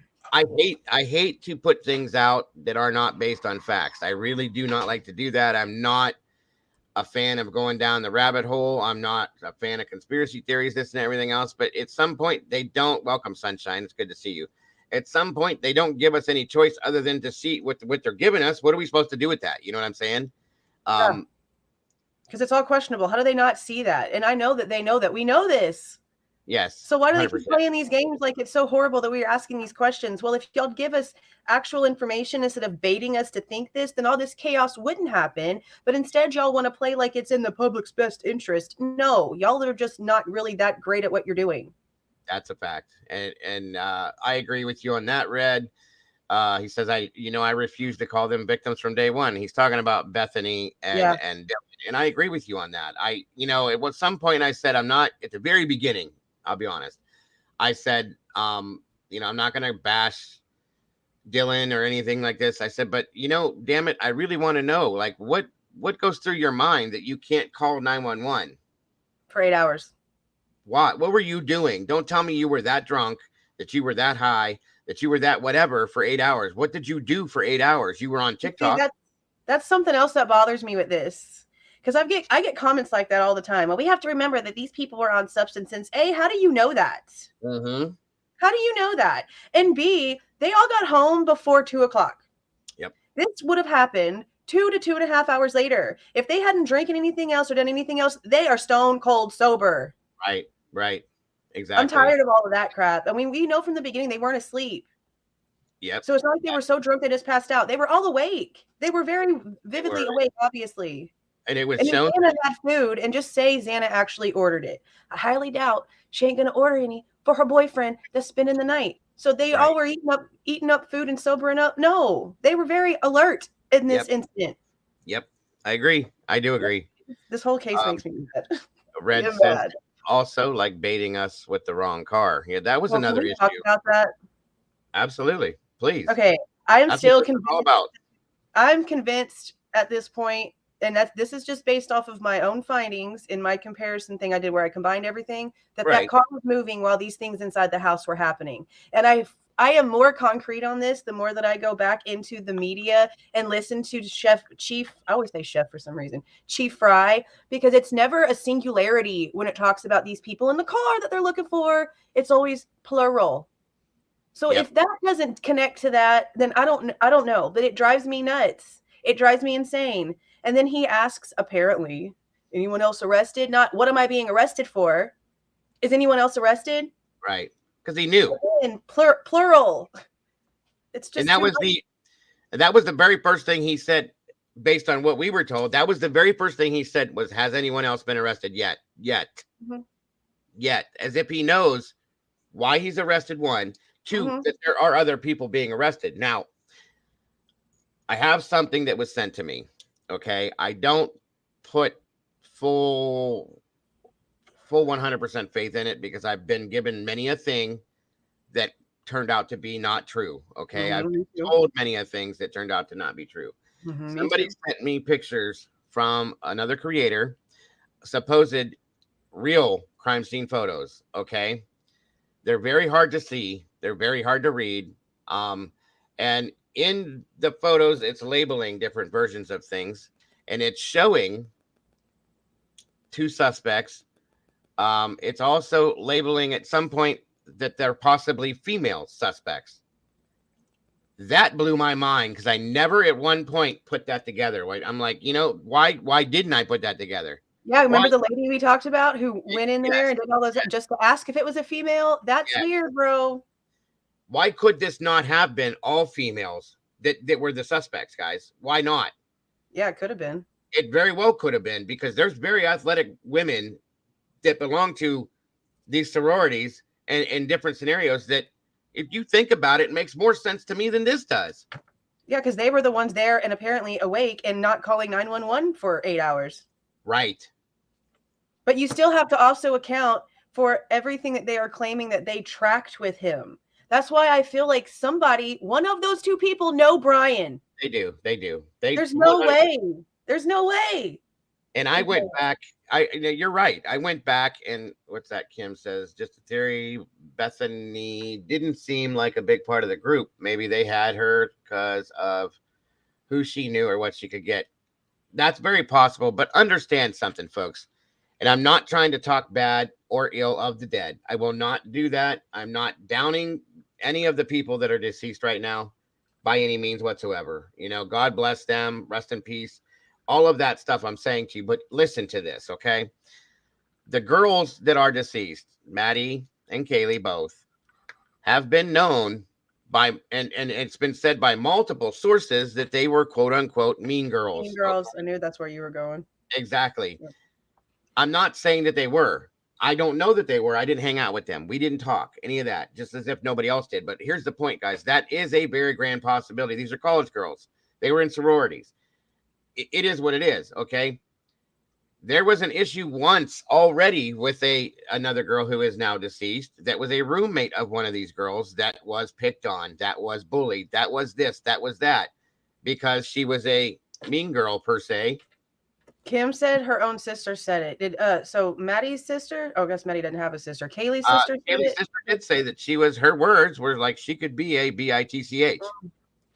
I don't know why I spelled it. I don't have any kids around me, but anyway. Yeah. But still, she did say that. She did say that about her own sister. And I can almost pay attention to when I always forget her name. I can't think of it. Her sister, Olivia. Olivia, thank you. Herself looks like she could be that way if she needs to be. This is them. Yeah. Look at who their father is. Their father is a tough guy. Okay. Yeah. Probably raised his girls to be that way. End of story. It is what it is. Yeah. So that being said, we heard the conversation on the walk from the bar to the food truck. Okay. Very questionable. I know I'm jumping all over the place. There's a reason, guys. I have people still telling me to go back and think about that too. Kaylee asks Maddie, what did you say to Adam? And she had an irritated tone to her voice as she's texting in her phone like crazy, okay? I told Adam everything. And you could hear kind of like a, like, damn it, from Kaylee as she keeps walking. The whole time she's trucking like she's insane. She does not look up more than once or twice. They keep on doing this. They go home and then this happens. They called. Yeah. See, here's my problem with this. I had my theories and I've had my theories. And then I went and watched Daniel from Drunk Turkey put his out. He had a whole show with Publicly Buzzed, him, Opinionated Idiot. They all talked about it. And at the very end, Daniel said something that completely split my top for that because I've been quiet about what I thought. And he come back to even after Kohberger's been arrested, folks. And I respect him for this. He comes at the end of that stream and he says, you know, I don't think he did it. And he goes right back over to Jack. A lot of people are. And I can't help but to think that makes more sense to me than anything else in here does, other than the roommates. What you just said, the ways that they have connected Kohberger to this. Okay. Yeah. But why couldn't you? And this is all speculative shit, guys. I'm sorry that I'm kind of in a rabbit hole right now, but I have to say this. Why couldn't you do what you do and blame it on somebody that everybody knew that was a weirdo? Because he is a weirdo, regardless of whether he did this or not. He's still a strange person, okay? And it's very easily to frame somebody like that for something like this. And I think that him, okay, we've all listened to, and like I said, again, I'm jumping everywhere, and I'm sorry, Vicky, because you're not real familiar with this, but I will catch you up. Enan Harsh is a neighbor to them. And as I had pointed out to you guys in the one video, I said, it's kind of interesting to me that when Enan moved in there at the beginning of August, okay, it's kind of interesting that all of a sudden Brian's phone starts pinging within a couple weeks of that at their house, around their house in the middle of August, I'll say. And he's over there all the time. I'm guessing at Enan's house is where I got that from. Maybe he's not over there spying on the girls or stalking the girls. Maybe he's visiting Enan, which is right next door to their house, guys. Which in turn, Enan was a drug dealer. Okay. We got lots of parties going on next door to him and plenty of ways for him to make his money if he needs to. And I'm sure that the girls and whoever was in that house would go to him for things because he's right there. And him being who he is, wanting to be involved in things, probably said, hey, guys, look what I got. You know what I mean? Come get it from me. I'm right here. Him and Brian were probably friends because I'm sure that Brian was getting his drugs from him in turn too, which is why he was going over there. I mean, I'm talking to this. Just with that theory alone, this could have been him. I mean, Enan himself has always like rubbed me really wrong. Absolutely. Very strange. Like you're just some rando and you're just like inputting yourself. That's like one of the clues normally. A red flag is some random person who just pops himself in and tries to make himself the star in the story. There's usually a reason. And I mean, it could be as simple as he's the one who had an obsession with one of the girls and went over there and did something crazy. I highly doubt 4 people would get offed for the amount of drug money. The amount of drug money they would have had to have owed to somebody would have been astronomical. Absolutely. In order for it to be multiple people that were taken out. That's simple. So that I don't really get the drug thing unless it was one person that owed money and then everybody else was happenstance. Yeah. I mean, that's very possible. But like I said, the fact that Enan seemed to want to insert himself and become an important person, and I'm sure that he may have had a thing living next door to these girls, and you know, they weren't ugly girls, you know, any of them for that matter. So he probably tried to get himself involved in the parties. There's a grand possibility that him and Brian could have just been friends and went to a couple of the parties themselves. God knows we've saw how many times that the girls weren't even there and people were at their house. Yeah. And if he was in the neighborhood for at least a dozen times, then it's not like he would have looked like a stranger. Because if he was going there all the time, then eventually, like in that small amount of time, 12 times, like he only moved there in whatever, the summertime. Yeah. It's a really short amount of months to be in the same area 12 times and somebody not recognize you when you show up over there. That's exactly. I think they knew him. I think everybody in that group knew who he was, because I think he inserted himself very possibly with the neighbor, his friend, the drug dealer, and so on and so forth. Yeah. I just don't see why you have a drug dealer living next door to you and you're not taking advantage of it as a college kid. Don't tell me that doesn't happen. I'm sorry. I mean, he moved there because he knew his options there. That's why he exactly. did it. Doesn't he have like places? Isn't he like a cook and has like 2 apartments? Mm-hmm. He did it because he knew the money he could make there. No other reason. He's 5 seconds from a fraternity house, and he's right next door to all of these party houses that are right there that are constantly being hit by the cops. We saw that. Yep. Okay, so you tell me that was not an opportune place for him to be. He's not stupid. Okay, so it's crowded. He would fit right in. I mean, he already fits in at the school that he works at, apparently. So that's it right there. So I know, like I said, I'm jumping all over. I'm just trying to put points out there as to say, like, you know, look at all of the possibilities, not just what they're trying to make us see. Okay. Yeah. That's what my issue is. Like you said, with the car thing, with all these other issues, that like there's one thing that comes out, then that's not right. Then this comes out. Nope, that's wrong too. Then this comes out. No, that's not right. I mean, come on. It's ridiculous. Completely ridiculous, in my opinion. And at this point, I'm not saying that Brian Koberger is innocent from this, folks. But I have and pay this one thing you can hang on to. I have said from day one, and I my will kids not face like. No, it's okay. It's Saturday. I expected. I have kids in and out too. So I told him too. I was like, I don't want your little face on this camera because you don't know people and people are crazy. No, go over there. that's right.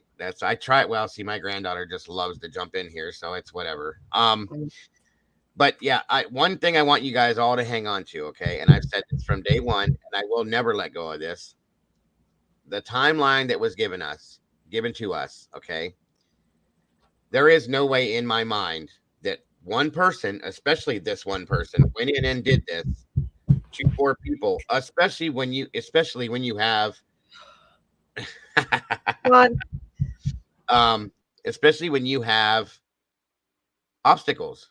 And we know that there were obstacles. Ethan Chapin was a big kid. Okay. He was athletic. He was tall. He was strong. And in a 9-minute, we'll just go with that. I don't know how many times it's changed, but they gave us a 9-minute period of time that this all went down in. I've never agreed with that. But anyway. Me neither. You did not go into this house unalive. 4 people go head to head with a dude that's twice your size, strength wise, and make it through that. I still don't understand how, if that happened, that he did that on his own, because he's twice the size of Koberger and 3 times the strength. Yeah. But okay, we'll just go okay with that for now. And that's after taking out like other people. Like you would have been exhausted already at that point. Exactly. Yes. That's why I'm going to explain. I'm not going to show these pictures to you guys. I can't. I'd be shut down immediately because they're really bad. But I'm going to explain these pictures to you that were sent to me and tell you why I have a problem with them. Okay, it shows me, based on what I saw, that there's a lot of blood. First of all, that part of it I agree with. And the second thing that I'm going to say that I have issues with is one of the girls. It shows a blonde. One of the blondes literally had her face cut off, as in to make a mask out of it. Okay. Completely cut off, like Texas Chainsaw Massacre type stuff. Okay. Or like, Silence of the Lambs type stuff. I mean, yeah. That Ethan's eyes were completely cut out of his head. Okay. And that Xana was completely decapitated. That's what these pictures show. Now, I was told that some of these things are very close to the truth, but in 9 minutes, after fighting with a grown man that's 3 times your size, and fighting with Xana, we knew because of her defensive wounds that she fought. I find it hard to believe that Kaylee didn't fight, or any of them. I'll be honest with you. Okay, yeah. So that all happened in 9 minutes. No, it didn't. Especially not by yourself. Okay. No. So, and the only DNA is touch DNA on the very deep insides of a sheath. That's the most unreliable DNA ever. No, right. You're absolutely correct. That is not possible. Not even listen, I talked to a friend of mine he's a martial arts expert and teacher, military background, all of this. Okay.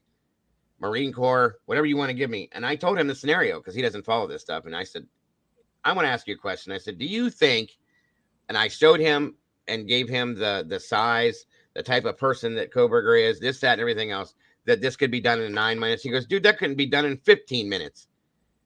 He goes, now, I'll tell you right now, if you're trained special forces, yeah, you could do something like that. Brent. If you run through and you boom, boom, boom, boom, they're done. I said, but this kid stood up and fought with him, and so did this one, and very possibly so did this one. He said, no, man, there's no way in hell. No way in hell. Especially if you're not an experienced person. Experienced beating like special forces or some type of special military training that would have you do this. But it's also just, I don't see how anything went on the top floor without Ethan and Xana knowing and going up the stairs or trying to figure out what's going on. So if it was such a short little timeline, and let's just forget what those pictures show, because that would take even more time, that could easily fall into some sort of crazy 8-hour gap conspiracy. But let's hold back on that one for a second. Let's just hold up. It would seem to me the only logical way that this could have happened in under 10 minutes is if it was more than one person and one on each floor, and they were doing what they had to do at the same time. Thank you You very do much. not hear what is going on at the top floor for as many minutes as that had to have happened for two people. Right. And it's right above them and nothing. No. They would have heard word for word. And they wouldn't have been found in their own bedrooms. They would have been out of their rooms. All over the house. Yes. They wouldn't have just been in their room, especially Xana and Ethan. Right. Those two especially. But here's the thing too, is if they're saying that this ring camera from next door picked up any kind of sound whatsoever, don't tell me that the two girls in the house didn't hear anything at all. Yeah. And now we know they did. They've been lying 100%. To us the whole time.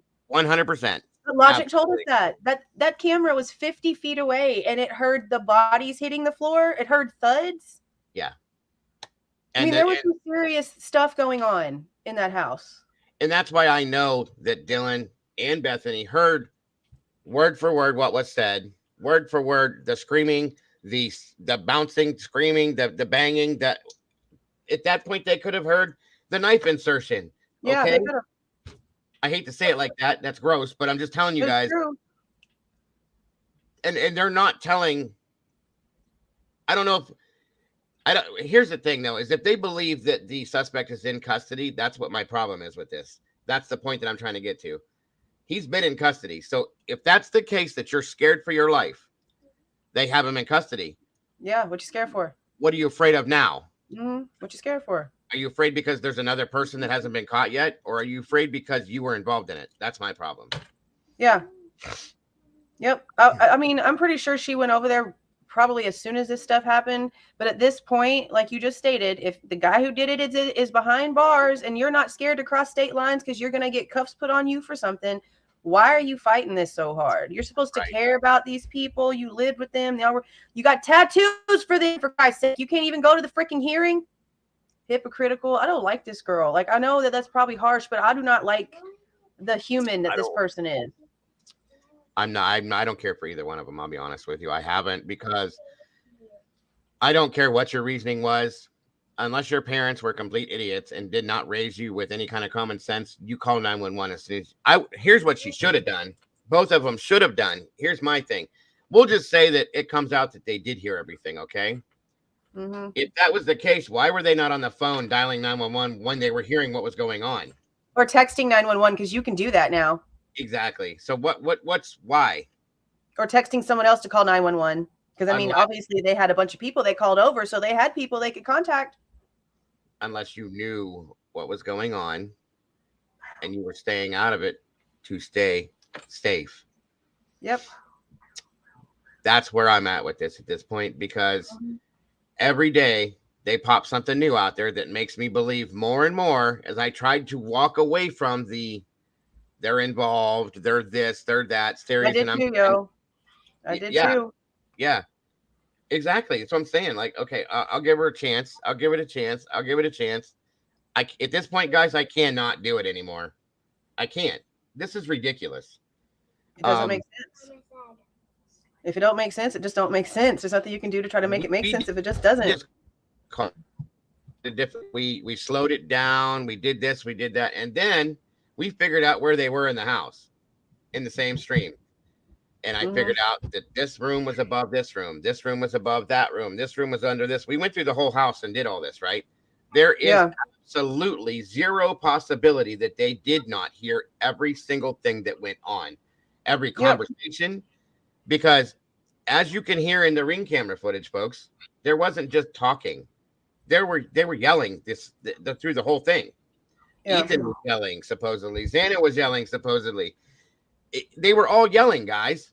Okay, if that's the case, then I mean, the way that house is built, part of that house is an addition.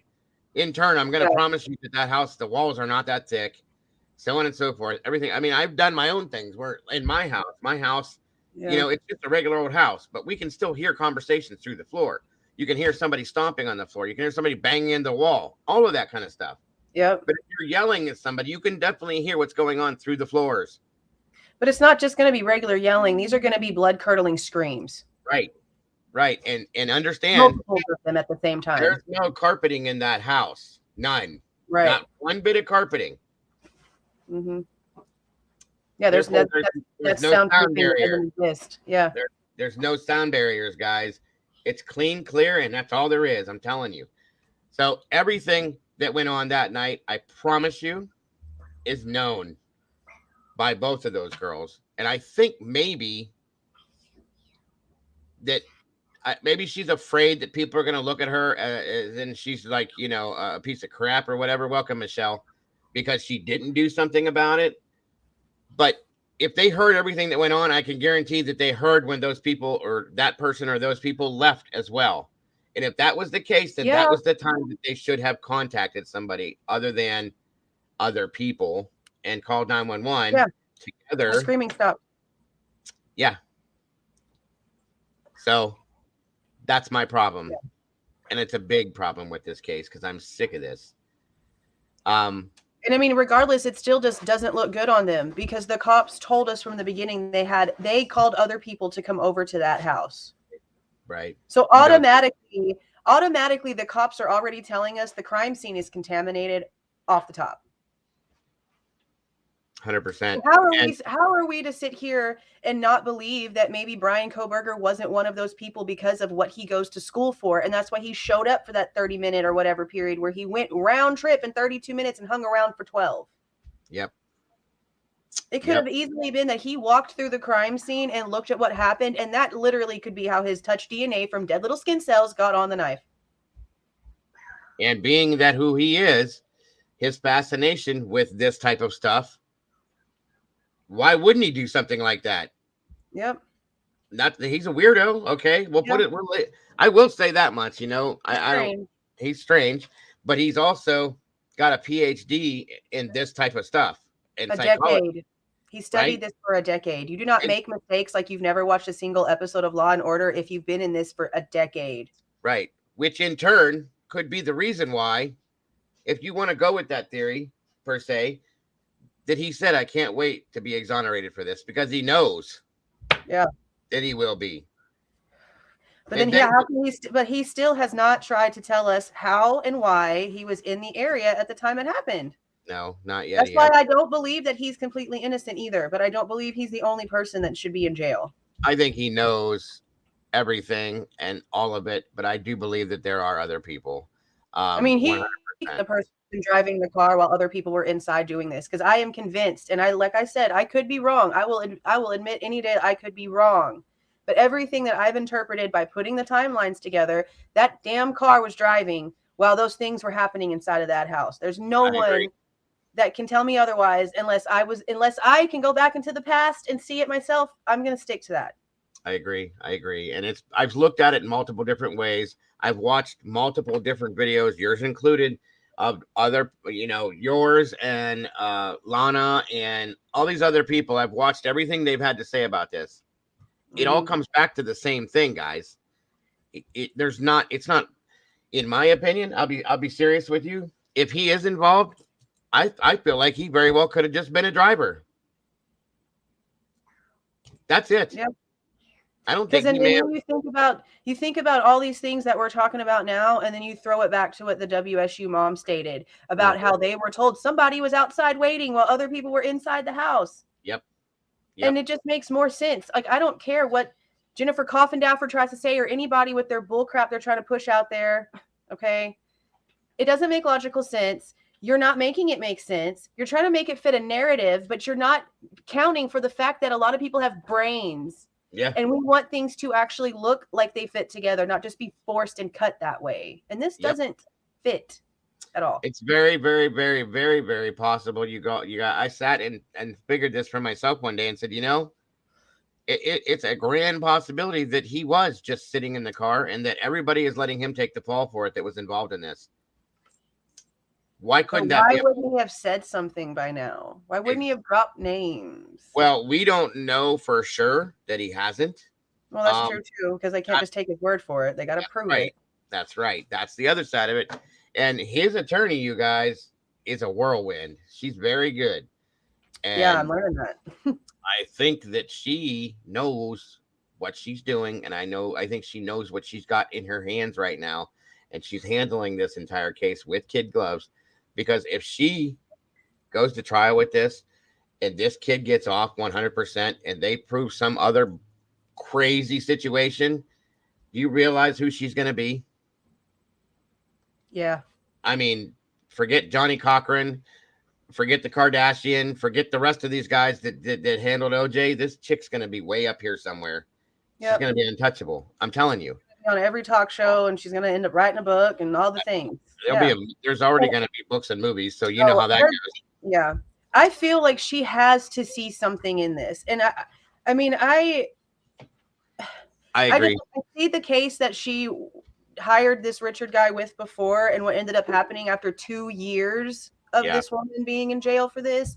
Right. And I'm like, she has to see similarities. And then whenever I was reading the article about how the dad of the kid who died was related to the cops, his dad was a cop and his godfather was a cop, and there was all these connections and all these people that weren't looked at that actually threatened the child's life before were never talked to. Nobody ever mentioned none of that. They were just going to let this girl take the fall because she was a convenient hit.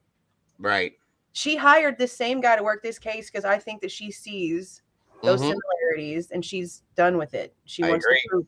I agree. And I don't think this one the last 2 years. I think she wants it done and over with so we can get to the actual person who doesn't need to be running around on the streets. This could literally mean that there are killers out there right now just enjoying their normal little Saturday morning like they did and just off 4 people. Watching and learning and hiding and watching and hiding and learning. I mean, every day, knowing that they're getting away with this and that this kid's taking the fall for this. You're absolutely correct. Michelle says, just a question. Could this have been a double event? I mean, listen, as I've said with a couple other cases, maybe, yeah. I've said from the beginning, guys, I am not taking, you can just forget about it. You're not taking nothing off the table with this case with me until I see physical, actual proof of something. Every scenario, every person is on the table with this case, as far as I'm concerned, because nobody has yet to prove to me anything. Yeah.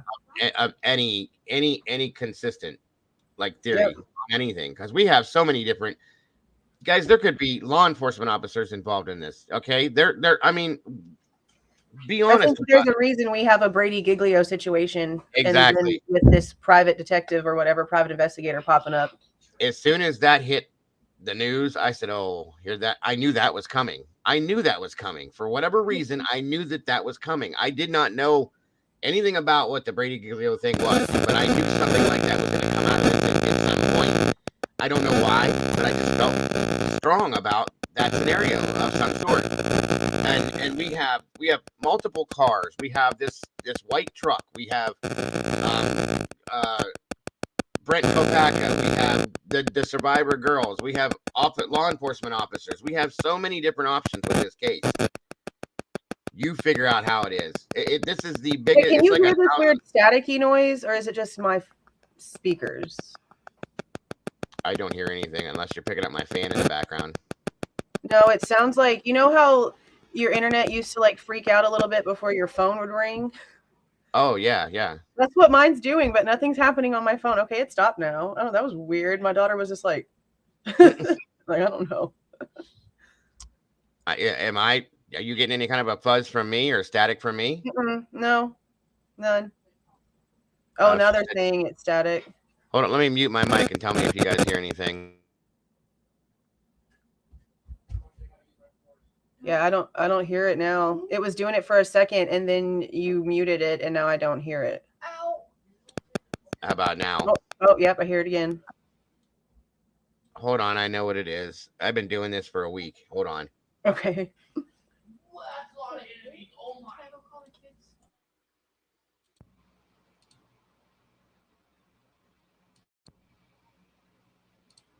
All right, how about now? Yeah, that's better. Yeah, it's not doing it now. I don't know what the hell it is. I'm sorry. I don't care. I got it right here. Welcome, Pamela. And okay, now it was your mixed thing. I haven't even hooked that up yet, Mikey. So I don't know what's going on unless it's waiting for me to hook it up. But Sylvia says, and now this random new court date. I just do not know what to think. And she heard the noise too. Okay. Yeah, I've seen a couple comments about that, but I haven't seen anything definitive about that yet. I know something about, they're saying that there's a possibility that they could just go ahead and do some sort of grand jury thing come May, but I haven't seen like. Yeah, they brought up the secret indictments and all that secret, whatever Yeah. that is, which I could see them doing that so that none of us have a clue as to what's going on. But eventually somebody's going to leak it. You know that. So I just feel like everyone and anyone is a suspect in this case at this point. Okay. Except I'm looking for to see if there's any proof of this date. All I'm seeing so far is a tweet from Brian Enton. absolutely. Please do, because I have not seen anything, and sometimes you can find things that I can't. Sleuthy posted it for May 25th. That's what Sylvia says. You guys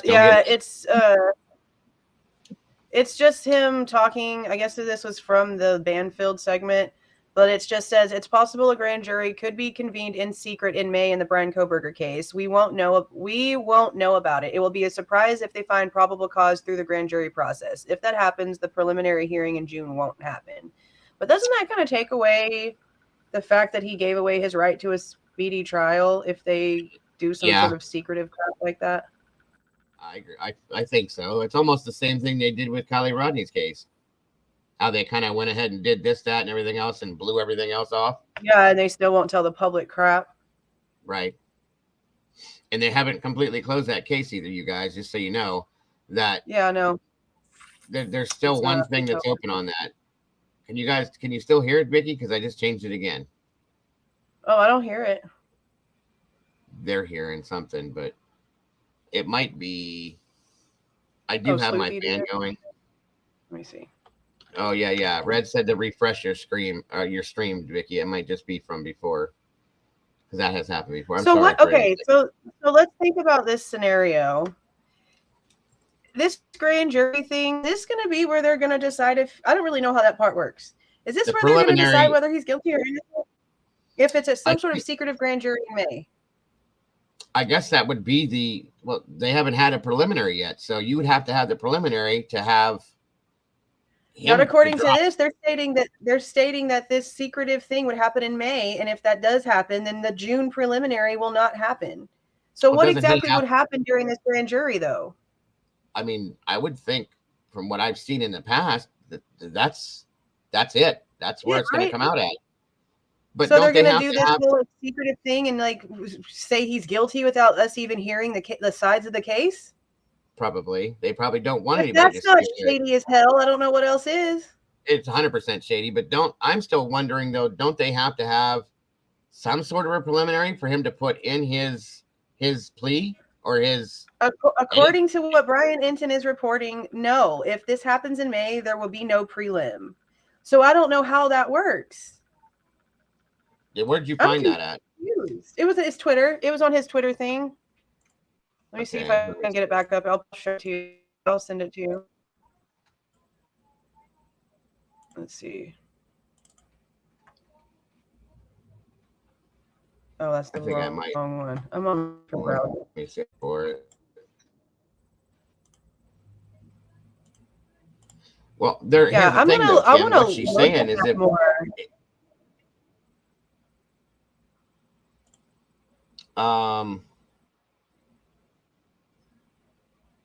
one second.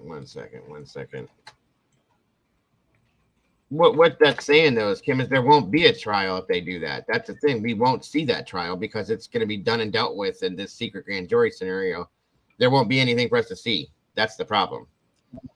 Okay, I sent you the link to his Twitter, and it has like a little, like he talks in it for a second, but that's what it states, that the preliminary would not happen if they do this crap in May.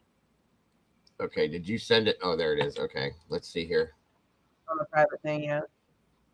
That's all right. 1 second here. I hope this doesn't make me sign into. Okay. I probably have about 10 more minutes, and then I'm gonna have to jump off. No, that's perfectly fine, and I appreciate you putting your time in over here. We always love hearing what you have to say. I especially do, because I struggle with some of this stuff at times because it's everywhere. It just blows my mind. They purposely do it like this so that this kind of, I think they, like I've always said this, I feel like they thrive off the chaos, which is why they give out the tidbits that they do because they want us like Why have looking we not in seen a thousands of different directions. It's just insane. I just feel like they play us. I always have. 100%. All right, guys, let me know if you can hear this. Hold on a minute. Grand jury in this case. We may, and I expect that we likely will. I would not be Likely will. surprised if sometime in May. Why have we not seen a grand jury in this case? We may, and I expect that we likely will. I would not be surprised at all if sometime in May they convene that grand jury. The grand juries, at least in Ada County, they convene regularly and every week, every 2 weeks or so. And so I don't know what the time schedule is like up there. It's a smaller county in Latah County, but they're going to convene a grand jury when they can, and then we won't know about it. It will be a surprise if they find probable cause through the grand jury process.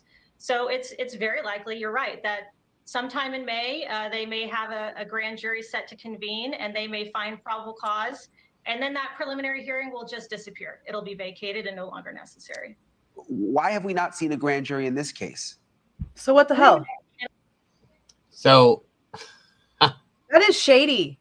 That's real shady. And I'll be honest with you, I can see them doing that the way that the whole case has gone so far. I could see it happening. Maybe his defense team got wind that was something they were wanting to do, and that's why they're pushing so hard to get Bethany to talk.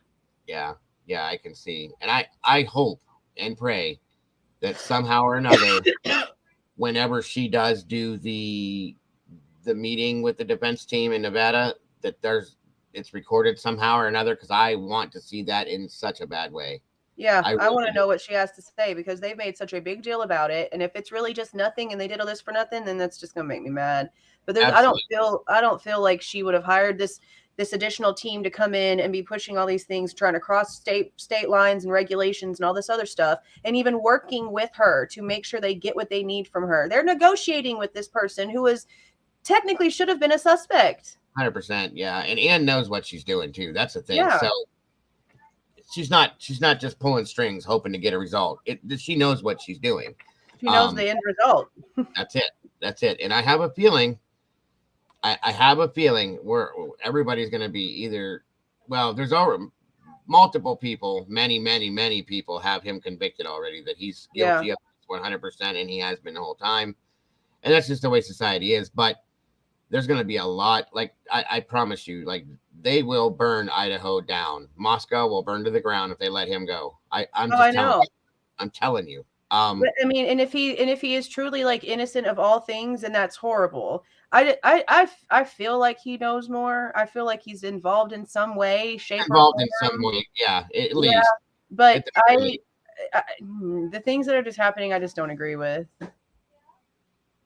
Y'all would shit about all of what they cover up or silent about in Philly around the colleges. But I'm sure it is. And that's, I wouldn't though, because I'm from a small town that is basically ran by a college that was started by one of the founding members of this town. And I know lots of sick, disgusting, disturbing things about these people that have been covered up because of who they are. Nothing shocks me. It happens. And don't forget, you guys, okay?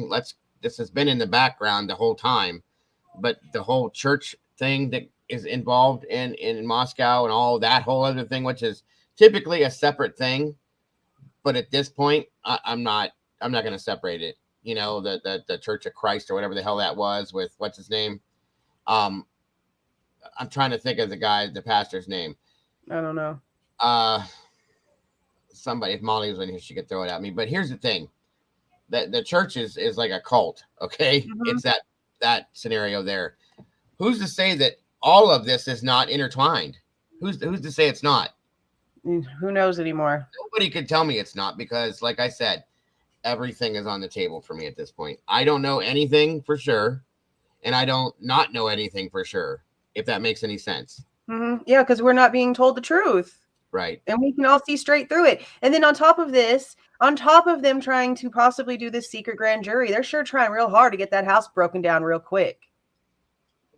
Yeah, they wanted that house gone. That's just more shadiness to me, because to me, even if he is the guy, okay, I still feel like the jury needs to be in that house to listen to the sound dynamic.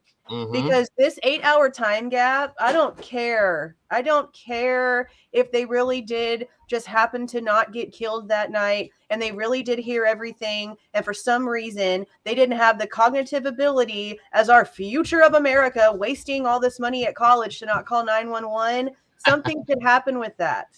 Yeah, I agree. I am under the thing of this. Dylan literally heard Xana crying, and apparently somebody's voice say out loud, "Oh, don't worry, I'm here to help you," or some weird crap like that. Okay, well, if Homesick would have called 911, maybe 1 out of the 4 would still be breathing.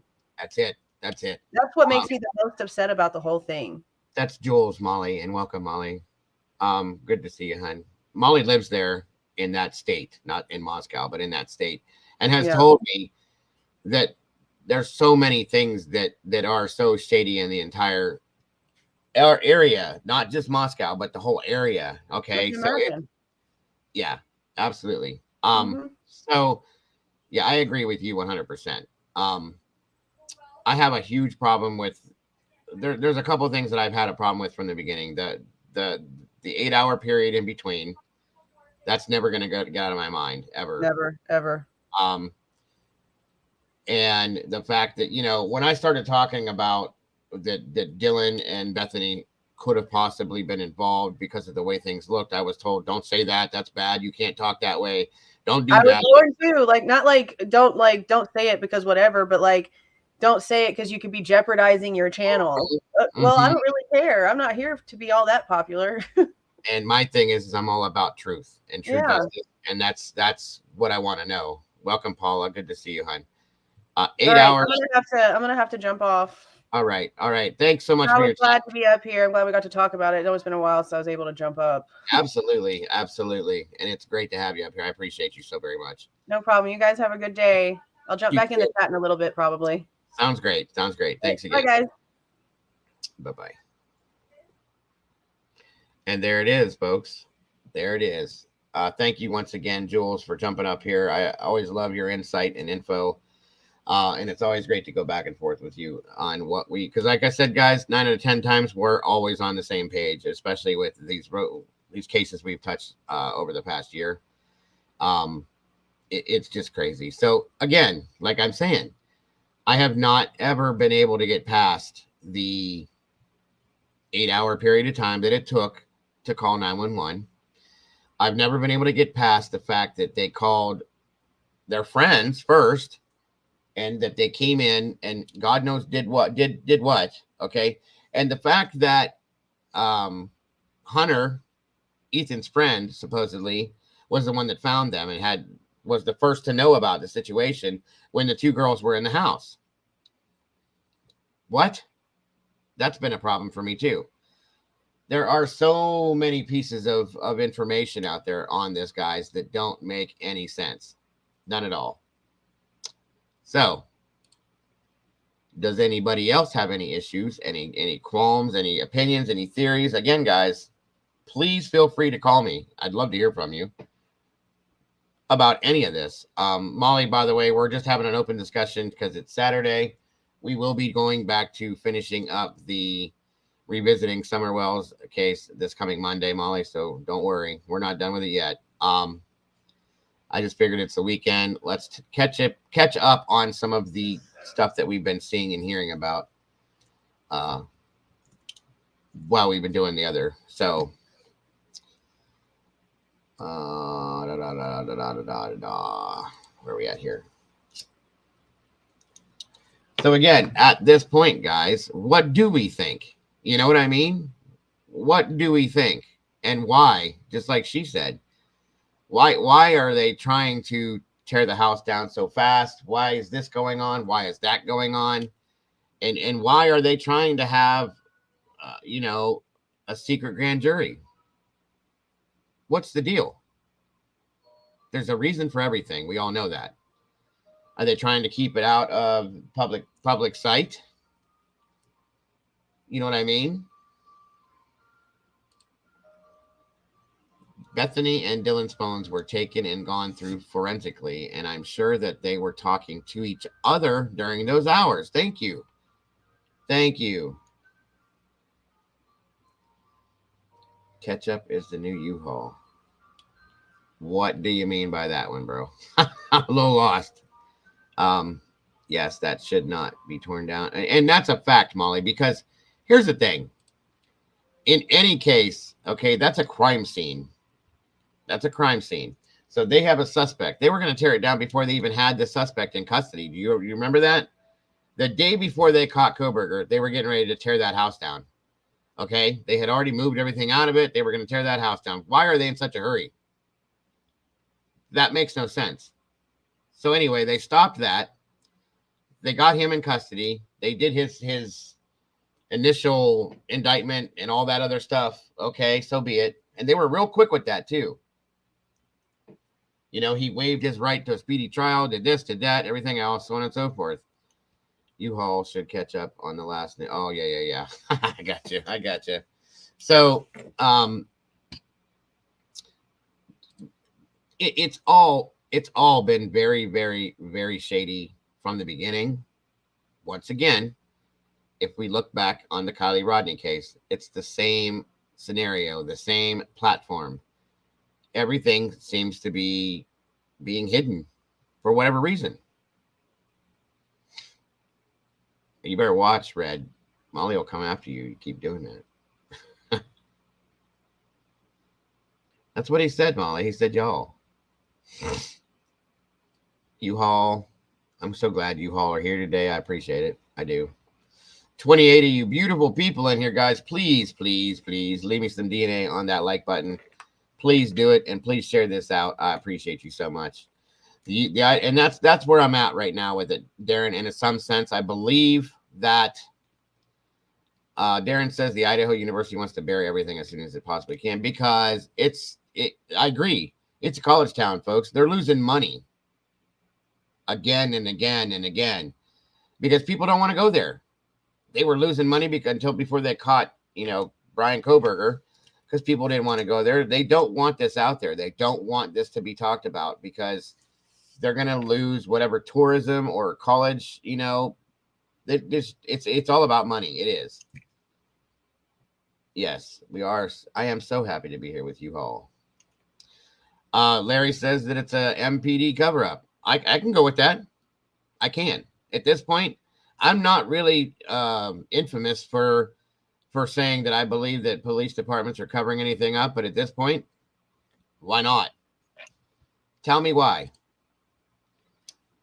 Give me a good reason why I shouldn't believe that, because nobody can. Because that's how it looks to us, guys. They have done so many different shady things, so many weird things with this, guys. It makes no sense to me. Paula says, I think the Moscow PD is just inexperienced with mass murders. We're trying to get rid of the house to remove reminders. And that is possible, Paula. I will guarantee one thing. They were 100% inexperienced with this. I don't think a lot of departments are experienced with something this magnitude, okay? I knew Molly was going to catch on in a minute. Okay. You just wait till I wake up. Sorry. Yeah, this is all money related, in my opinion. I'm sorry. It really is. But with that being said, what are you going to do? What are we going to do? There's nothing we can do. They very well could go to the secret grand jury scenario in May. We'll know nothing about it. They'll pop up with some kind of a press conference and say this, and this happened. Bing, bang, boom. It's done. It's over with. And we move on. That's not what any of us want with this, but that's what very well could happen, guys, because we don't have the power to control that. They do. That's the problem. And with that being said, we don't have a choice but to move on, just like we did with Kylie Rodney's case. Now, there's a few of us creators that have not let go of that. I don't go public with my stuff, but I do look into it still. I am still looking for things on it, and I do think about it on a regular basis. There's a lot of people that are still public with it, though, because the end result to that was not anything like what it should have been. Period. KC is correct. Sex and drugs. It is what it is. It seems to be what makes the world go round right now. Very sadly. Red says, I think they are in the sense of protecting their nest egg, the college town. Facts. These are facts. Facts for 100%. Mama Bear's in the house. Hello, hello. Good to see you, my dear. Thanks for being here with us. We appreciate you. We all miss you. Busy. So at this point, guys,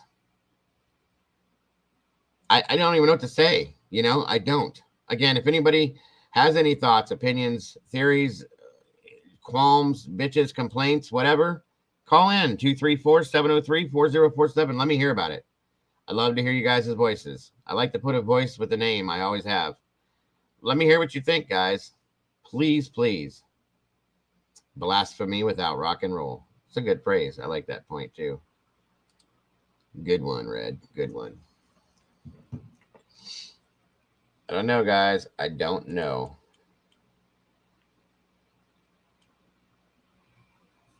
And of course, there's, you know, I don't think so, Paula. I have a hard time believing that. I really do. If that was the case, why did we not hear about it till now? Do you know what I mean? Like, why did it just now pop up? It doesn't make any sense. What just happened?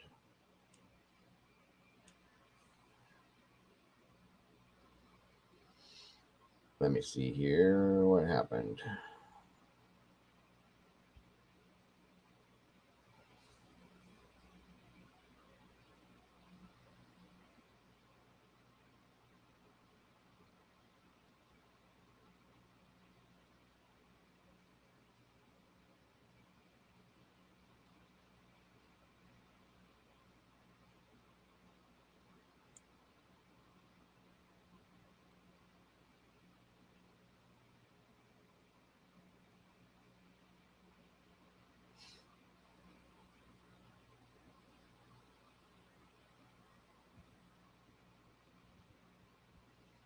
One second, everybody. My apologies.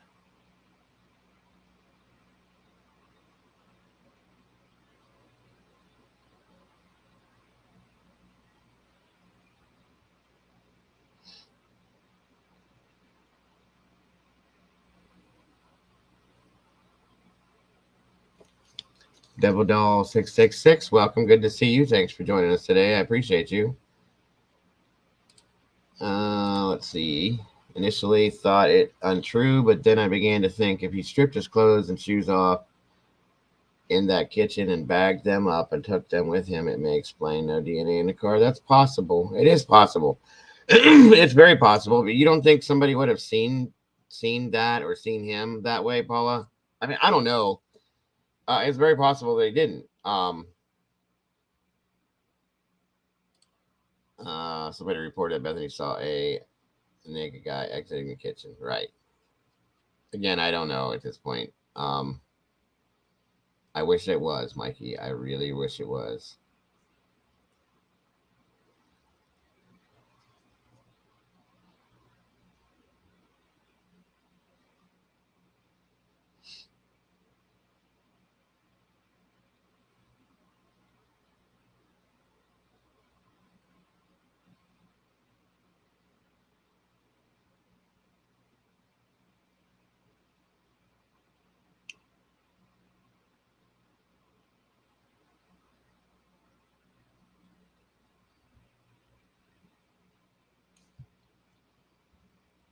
There you go. Good to have you here, Devil Doll. Appreciate you. Seriously. It's good to see all the newer people in here. I appreciate you guys so very much. Even if you're not in the chat. It's kind of late for coffee, Molly. It's 2 o'clock. Well, I guess if you're just getting up. But then again, I'll be having my afternoon coffee here pretty soon. So I guess it goes hand in hand. Molly was lazy today, folks. She slept in way late. I didn't bother her this morning at my normal time and wake her up, I guess, huh? It's the weekend. Again, I hope you guys are having a great weekend. And again, for those of you that just jumped in, thank you guys so very much for jumping in with us. We appreciate you so much. More than you know, Mama Bear. It is 3 o'clock. That's correct. I do not know what to believe anymore. Just know something feels off with this. You know what, Sylvia? I agree with you 100%. And that's what I've been saying. And at this point, I'll be getting a cup here real quick too, guys, so don't feel bad. At this point, like I said, nothing has come off the table for me in this case. Nothing we've ever talked about, anything that they've ever thrown out there, it's never come off the table with me, because it can't, because there's no proof to prove anything different from what we have all looked at.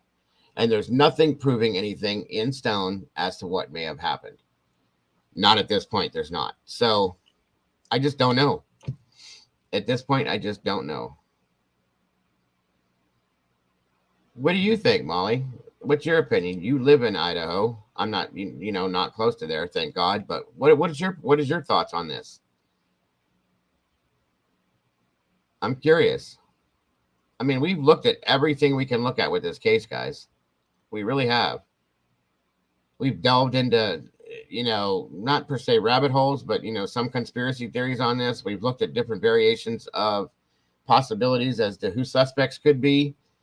Welcome back, Miss Vicky. And there's really nothing that we can say for sure as to what we've talked about. They're not giving us anything in stone. So at this point, what do you do? I agree with April on that one. That's a fact. I wish. Oh, wrong one. Sorry. It must have moved. That's it. They need to put Murphy on the stand. He would tell the whole truth and nothing but the truth. So help him God. That's a fact. I agree, Lance. It's a good point. They don't give us any info. That's a fact too, Kim. They're not going to. They don't have to, because they're protecting the integrity of the case. But you know what? That only goes so far, in my opinion. That excuse and that reasoning can only go so far as far as protecting the integrity of the case. There's things that they could have put out that are newsworthy that would have given some truth to certain things, and they won't do it. And what they do put out makes everybody take it and run with it, like, haha, I got this now, and I'm going to go do this and run around, and they're all excited because they got this piece of, like when we got the Brady Giglio thing that popped up, everybody went nuts. Oh my God, what is this? And everybody immediately said, does this mean that a cop is the one that did this? And we all know that's the first thought process that came out with that. It was a cop. A cop was involved. Boom, boom, boom. Everybody thought that, right? And I know that I'm right. There's people that don't want to say that they thought that, but they did. We all did at one point. Thought, maybe there was a cop involved, because it was said in the very beginning, this looks like something that was either somebody with military experience or law enforcement experience was involved in it. So when that popped up, everybody got excited and said, okay, that there's proof that that's what it's going to be. But then they didn't give us anything else with it. So of course you didn't, Red, because you're different. You have to be different, remember? And like Molly said, a lot of people think a cop is involved now for sure. She's right. And I'll be honest with you guys, I wouldn't let that, I wouldn't doubt that at this point. Because remember something, Brian tried to apply to get a job to be a police officer. Brian has a criminology background. He's got PhDs in psychology, in criminal justice, and all sorts of things like that, okay? Why would he not have a friend that's a cop somewhere? Or why couldn't he have a friend? And then we had the whole scenario that went down with Brent Kopacka, who was military again. Okay. So we don't know. That's the problem. If that could be something, this could be something, that could be something, that over there could be something. We don't know. That's what the problem is. And like Molly just said, and I still think and feel Kopacka was involved, but everybody gets mad if you say anything because he's ex-military. I don't care. I don't care. I don't care if he's ex-military or not. It is what it is. There's a lot of guys that have PTSD from being in the military. God bless them, because they haven't been taken care of by our government. And they're triggered very easily. That's a good way or a reason to end up unaliving somebody, is from being triggered and from having PTSD. Casey says she agrees as well. And Larry just said that he says that the police are involved. See, I told you guys. Everybody has their feelings on this, and it's the way it's looking from what we're being fed. It's not our fault that we think the way we do. It's not Larry's fault. It's not Casey's fault. It's not Molly's fault that they think what they think, because that's what they're showing us. If they were to come out with a document, an affidavit that says this is what happened with this person, and we know that for a fact, all of this other stuff would be shut down. But they won't do that, guys. Digger, remember I mapped out the Pullman to Molly? Oh, absolutely, Molly. I absolutely remember that. Molly does some really good mapping, guys, and it's really, really, really good. And it does show proof of different variations of things. Jules did the same thing with different different scenarios with the whole car thing, okay? And it shows from Pullman to Moscow and the location around Kopaka's old address, and the time makes sense. It absolutely made sense. It absolutely made sense. 100%. It made me sit back and go, okay, damn, where was this at? Do you know what I mean? That I'm just telling you guys, and we don't have a choice. They don't give us a choice. They know that we're going to do what we do. That's not going to stop, because this is what we do. You know, my channel alone, I always say that I'm the voice for the voiceless, because these kids are deceased now. They cannot tell us what happened. They cannot tell us who did it, because you know that they know, but they're gone now, sadly, and they can't give us anything. So that's what I'm doing here, trying to be their voice. And because I want true justice for this case, and I want true justice for these kids, because that's what their families and they deserve. And that's why I do what I do. All these other channels do it for a lot of the same reasons, guys. I can't speak for them, but from what I watch and what I see, it's the same thing. And that's why we do what we do. And we're not going to stop doing it until we start getting the satisfaction of having these cases be run the right way, and to get the true justice out of it that they deserve, and for the right person to be held accountable for these crimes. In turn, that's what we're here for. They're always hiding things and covering things and making things, you know, look a certain way to make it be this way, and to send you looking that direction while they're doing this over here. I don't like any of that. I don't, but we have no control over it.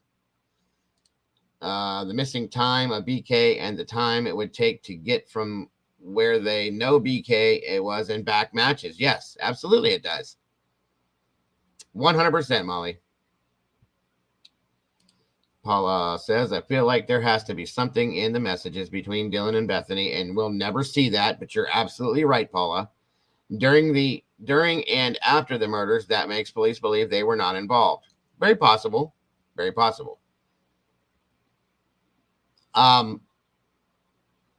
That doesn't mean that that's true, but it would make police believe that. I agree with you on that, Paula. Let's see here. Now we also have Sylvia says that Kopaka, the cars, the trucks, the other deaths and issues still going on there, etc. Just everything. It all makes us question everything. That's exactly what it is, too. Sadly. Red stay up here. Double doll 666. Where did it go? Oh, yeah, right there. Yep. Which gets all our minds running wild. 100%. 100%. You have no idea. I mean, you guys know how many times have I been quiet, or it's a day that I'm not going to live stream, and they put some big piece of info out on YouTube or on the news, and within 20 minutes, here I am going, did you guys know that this just happened, and blah, blah, blah, blah, blah, because I want to give you guys the info, and that way we can talk about it. Because our minds are going insane as soon as we see it. Like I said, guys, there's a lot of things that have not really been brought into perspective. We've looked into a lot. And I'm talking look into. We've really, really investigated this ourselves. And I have quite a few people on my investigative team in here that will consistently go in and do things. You know, Red has looked into things.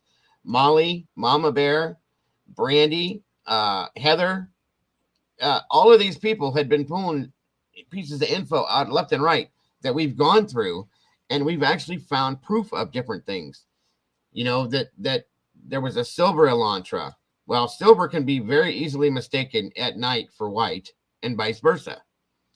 The white truck, the white truck that you can see in almost every video that's been shown, it's in there somewhere. From the very first night when they were walking from the bar to the grub truck, you see that white pickup truck pull in a space behind them. There's no businesses open at that time, guys. Everything's closed. So that truck pulls into a space behind them and sits there with the blacked out windows it had. What was that truck doing there and why? Who does that truck belong to? Then you see it in other videos where it's driving by the house. It's something to look at, guys, because it's there. It doesn't not mean anything. It means something, okay? Nikki's here. Good to see you, Nikki. Thanks for joining us. Nikki's had a whole lot of insight that she's put into this as well, guys. Like I said, there's a really, really strong investigative team within my community here that has been looking at this from day one. And they will throw multiple pieces of info at me and say, hey, what about this, Dago? Hey, Dago, look at this piece, and this matches that. And what do you think about this? And that's what we do together, guys. It's sad because we're not getting the truth, and we have to do that. Nikki said that Enan Harsh's parents' truck, Doc 30. That's the four-wheel drive one that sits up off the ground, Nikki. It was in the background in that video.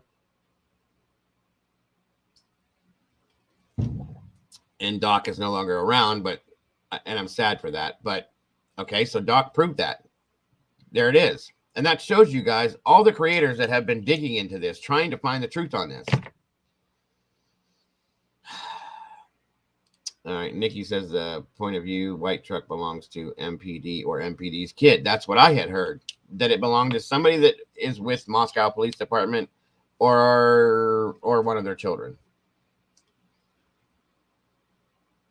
Mikey, no, but it did show one of the, I think it was Dylan standing in front of a lifted black truck. So yes, there was that.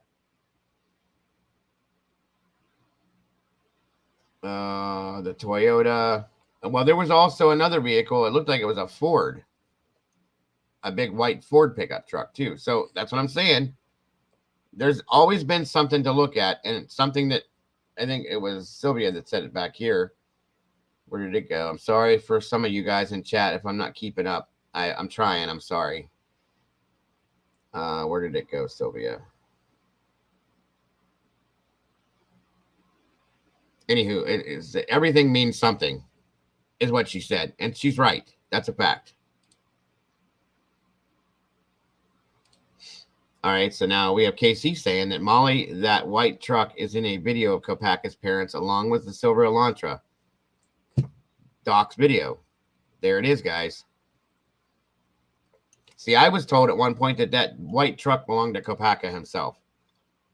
Then I kind of debunked that myself, but because I didn't believe it was. That's the one right there, Mikey. The white Super Duty, it was a Ford, I believe, Super Duty pickup. And that was as the girls and Jack Showalter were walking to the grub truck, and we all heard the audio where Kaylee says, what did you say to Adam, Maddie? And she says, I told him everything. In the background, you can see that big Super Duty pulling into a parking spot. It had darkened, blacked out windows, but there was nothing open down there for them to be pulling into. Everything was closed. The only thing literally that was open was that stupid food truck. Why were they pulling in back there? Oh, Molly, honey, I don't know if I can even find them. I keep everything, but it's buried, so it'd take me a while. If you want to send them to me again, if you still have them, I would be more than glad to put them up and show what you're talking about. I remember a Yoda. Oh, a Toyota. I'll have to go. Oh no, it's in there. If you look in the background, Red, in the walk. Remember the video I showed you guys with the walk as they were walking to the grub truck? There's a white pickup that pulls up in between the back of them and pulls into a spot. I was pretty sure it was a Ford Super Duty.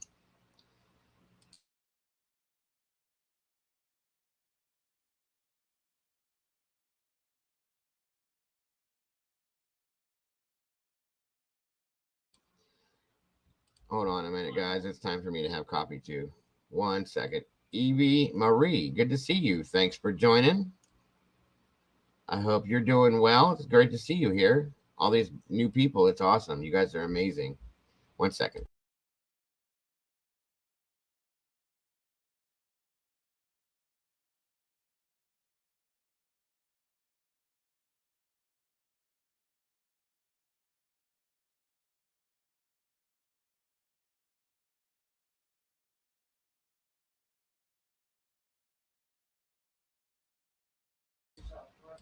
All right. Thanks for joining us, Evie. Devil Doll. Paula, it's great to see you. It's been a while. Casey, all you guys, it's so great. And all you guys that have been here, please welcome all these people the way we do. Make them feel at home, make them feel comfortable. It's so great to see you guys. We'll be talking about Devil Doll. What video that was dropped?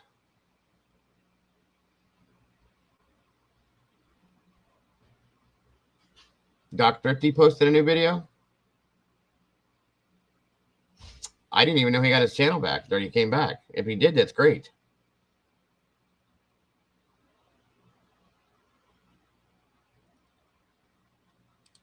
Absolutely. I'd love to review it, to be honest with you. Yeah, go back and Dr. Thrifty has a new channel. I did not know that, Devil. I'll have to check that up and resubscribe and all that fun stuff.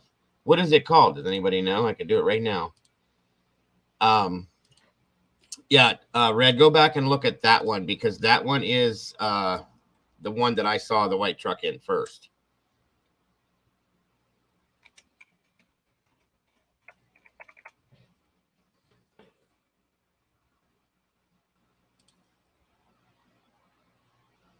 Absolutely. Absolutely correct, Mama Bear. With all the new people, it's amazing. Is it just called Dr. Thrifty?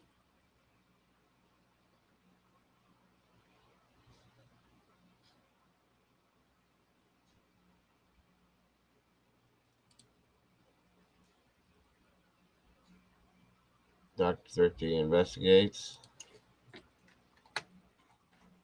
I love Dr. Thrifty. I was kind of upset when he went down. I was sad about that. Let me see. Dr. Thrifty is still up there. What did you say? Dr. Thrifty investigates. Okay, 1 second.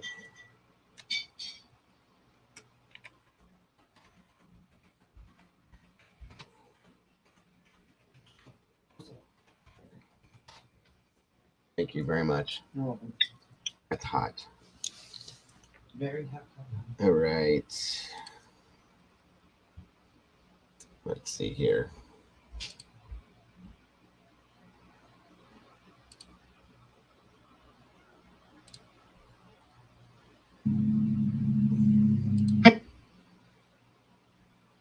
Idaho 4 update map clues Walenta Drive discussion Emma Bailey and more. Is that the one you're talking about for the new video? Is about the Walenta Drive discussion?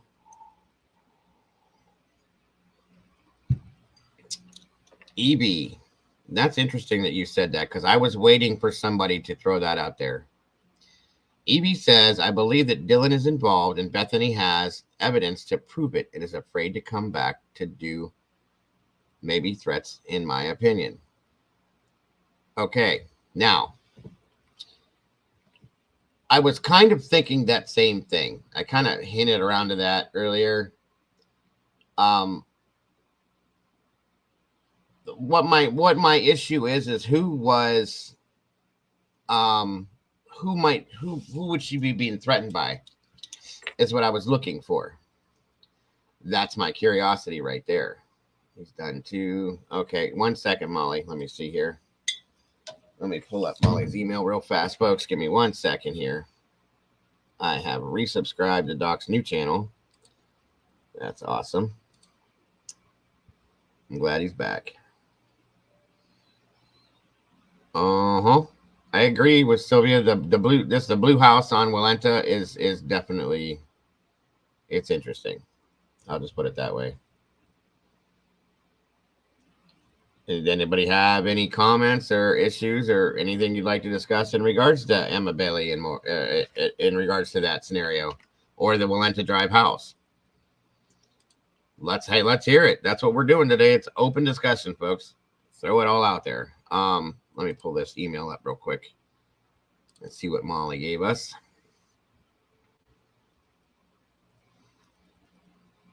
Does somebody want to discuss that as far as Mikey's curious to know about that? All right, Molly dear, thank you, darling. I don't know. I looked at those videos, Nikki. Those are hard to watch, okay? And I was thinking about that based on what is being said in those videos. That's going to break the timeline down even more. In the 9-minute time period of time, you could never do some of that stuff in not even in an hour's period of time. If you know what I'm saying, like that's insanity. All right, Molly dear, here is the mapping that Molly put up. Guys, take a look. I wish you could come up here and explain why you did this, Molly, because this is very interesting to me.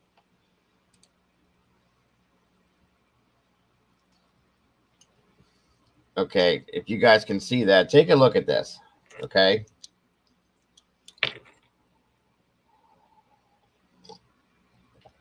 Good job, Kim. Thank you, guys. Guys, if you haven't, go check out Doc Thrifty's channel, his new channel that he's back with. He's got a lot of great insight into this. I have a lot of respect for him. So please do. So as you're looking at, even if I could get you to, would you want to call in, Molly, maybe, and explain this, the way you did this?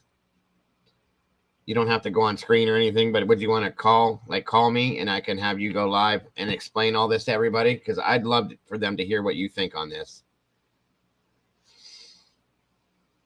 Well, if they do by the audio and paperwork, it takes them 3 minutes. That's right. That's right.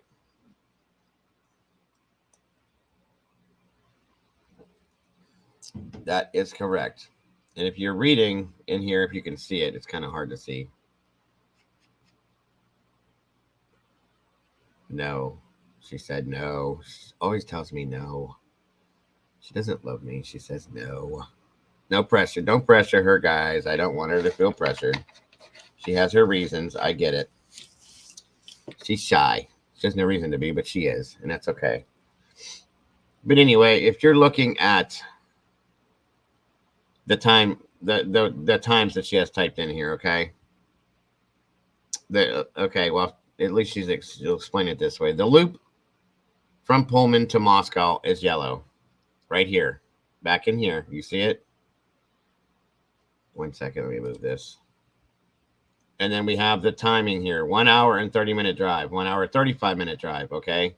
And it's showing the triangle, as I call it there. But this is the loop from Pullman to Washington. And it's pretty much self-explanatory if you look at it. And make a copy of your back and still here. Good deal, Devil Doll. Hold on a minute. I'm going to have to blow it up a little bit bigger. Let me do it this way. But he went to Clark's. Okay. Can't hear. Is it just me? You can't hear me? I hope you can hear me. Can everybody else hear me? Volume?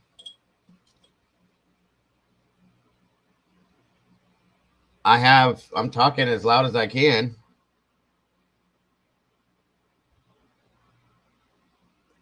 You guys can hear me okay? Okay. Maybe it's something with your, maybe you have to go out and come back in, Devil. Let me blow this up, Nikki. Tell me if that's better. You paused. You sound like me now. It's okay. I do that all the time. It's okay. No worries. All right, I'm going to blow this up. I won't be able to see a chat for a minute, but I'm going to show you guys here. Hold on. How's that? Is that better? That's got to be better because it's way bigger.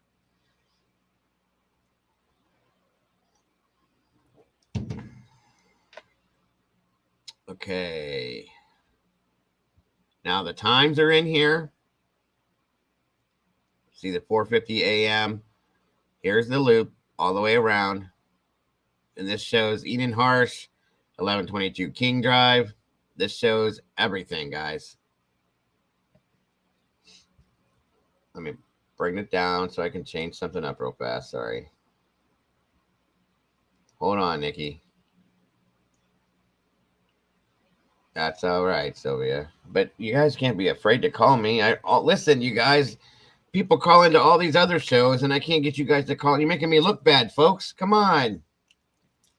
You know, you got to make me look good.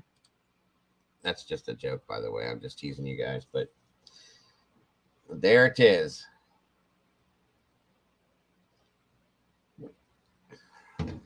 Molly was a map maker in her previous life, just so you guys know. And now she's a cat, so.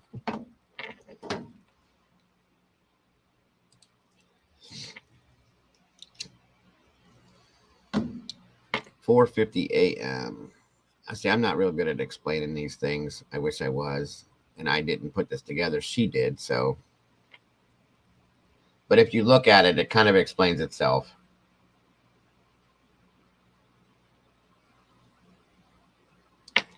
There's a lot of time issues with this case that bug me, if you know what I'm saying. And that's why Molly did this, because they bugged her too. They bug a lot of us, to be honest with you guys. I will be honest with you. Let me see if I'm missing anything in chat. Did you get the Scots of my map for Summer Wells? I did. Yes, I did, dear. Thank you.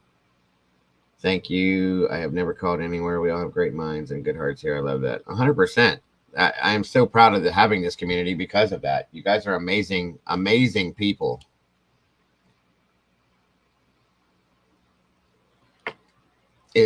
Anybody is welcome. Nikki, you've called in before. You're welcome to call in. It's not a big deal. Anybody is welcome to call in. I would love to hear from you guys. If anybody wants to call in and talk about this map, we can do that. You know, it's up to you guys. Let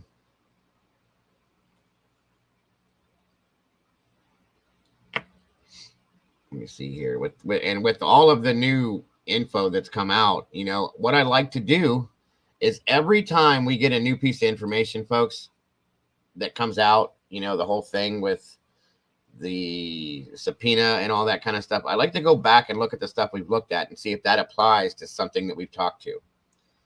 You sent me closer shots of the map. Okay. 1 second, everybody. Let me see here. Oh, I'm sure nobody cares when you call, Nikki. You always have something insightful to say. I promise you. Hold on, folks. Let me pull up this new map. Uh-oh. Mama's coming. Yeah. Yes. Yes, yes, yes. She must be done with her thing she had to do today. I hope she is. I hope she's not interrupting that for me. Well, there's a link for you, Mama Bear. You are more than welcome. What do you think of the date that Sleuthie posted? Well, what do you think of it? That's my question. I know she does. That's why I said that would be awesome. That's a really good, that's a good one. Molly, thank you, hon.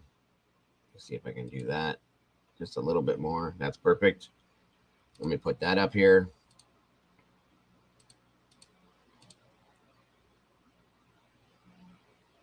There we go. Oh, well, still not that big that way, but I can do this and kapow. There it is. Look at that.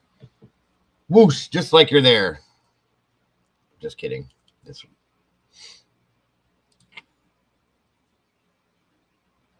And then I guess if I did this,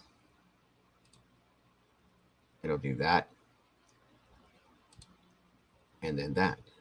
Yes. Yes, yes, yes. Okay. As soon as Mama Bear comes up here, we'll talk a little bit more in detail about this. And look at that. There she is.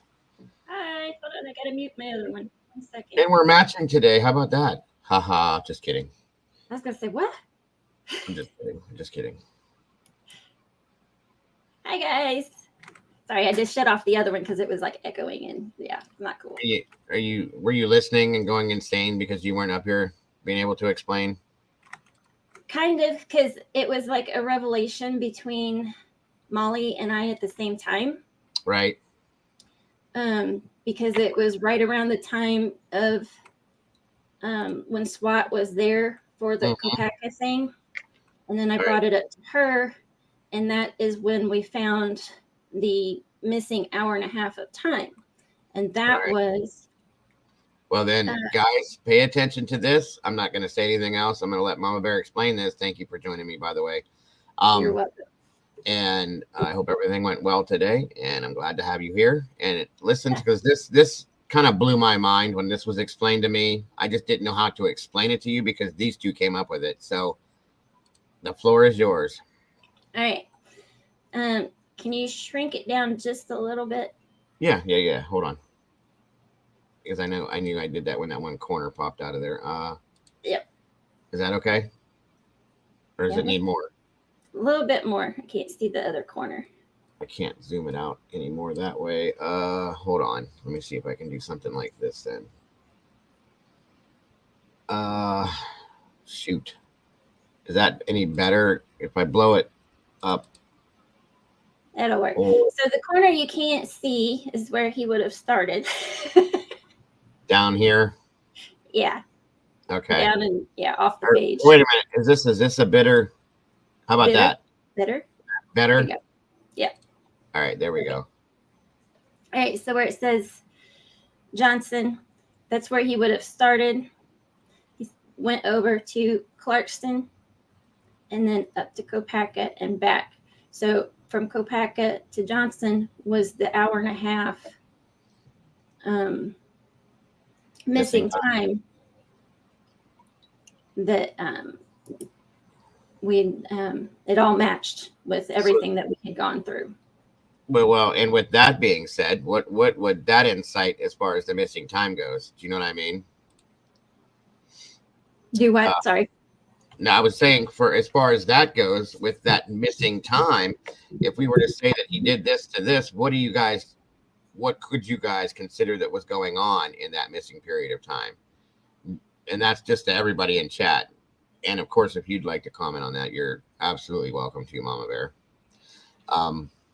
I have my own thoughts and theories, but this is not on me right now. This is everybody else. So, right. But go ahead, continue with what you're doing. And then the other one is the from, like Molly said, from Pullman to Washington Loop, the yellow. Mm-hmm. And when the dead spots, when his bone was dead at, certain areas, and it all matched up with that. Once we added Kopaka, it just kind of all came together. So this over here, that loop right there is what she was talking about, the yellow loop, folks. Yeah. Molly said this. I knew she was going to tell me to show the first pic. Hold on. I swear. Hit and run. What hit and run? What are you guys talking about?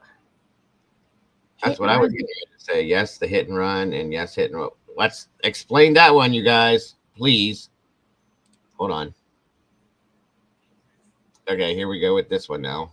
All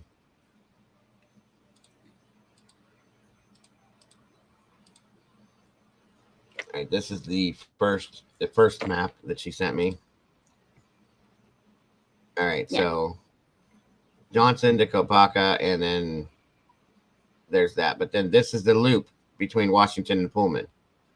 And if you look at the time, remember the timeline. That's important to me.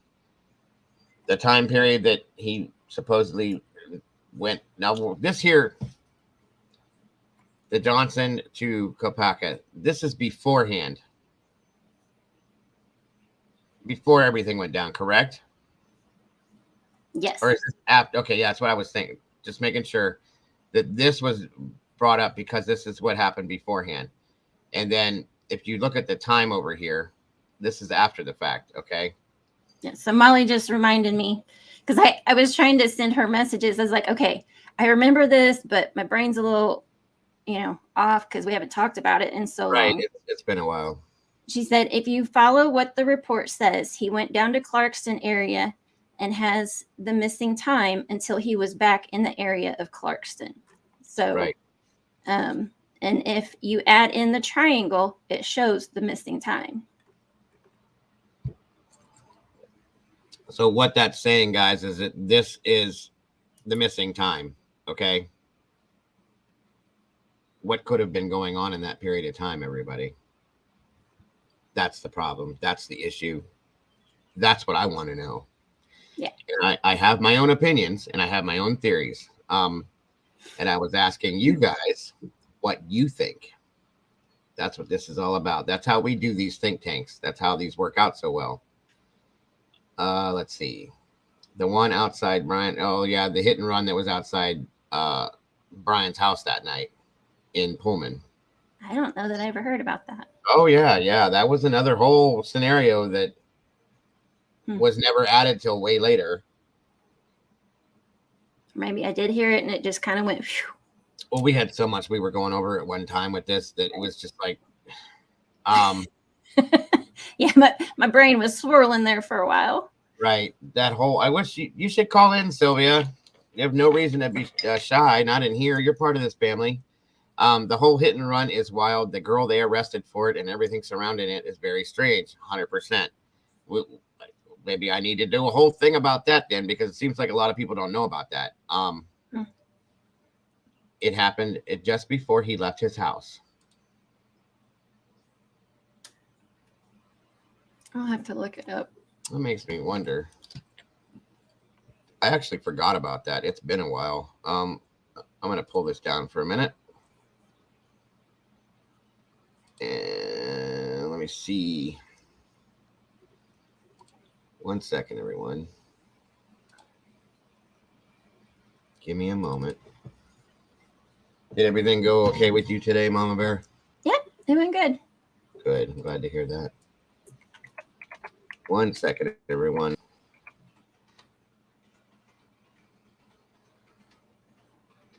Molly sent you another email. Of course she did. I had no doubt. 1 second.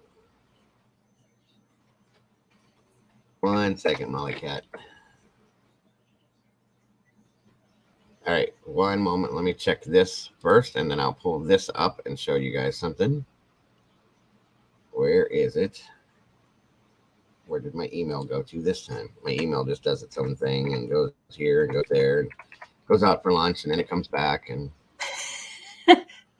nice. It's so full and overworked. It just doesn't do. And hold on, guys. Give me one moment. Bear with me. Area around Kopaka's address and a lot of area to hide stuff. Good point. Good point. You would never what? You would never what?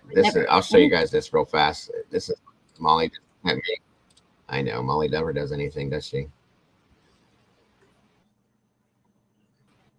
She's an innocent angel. This is the area around Kopaka. And I'm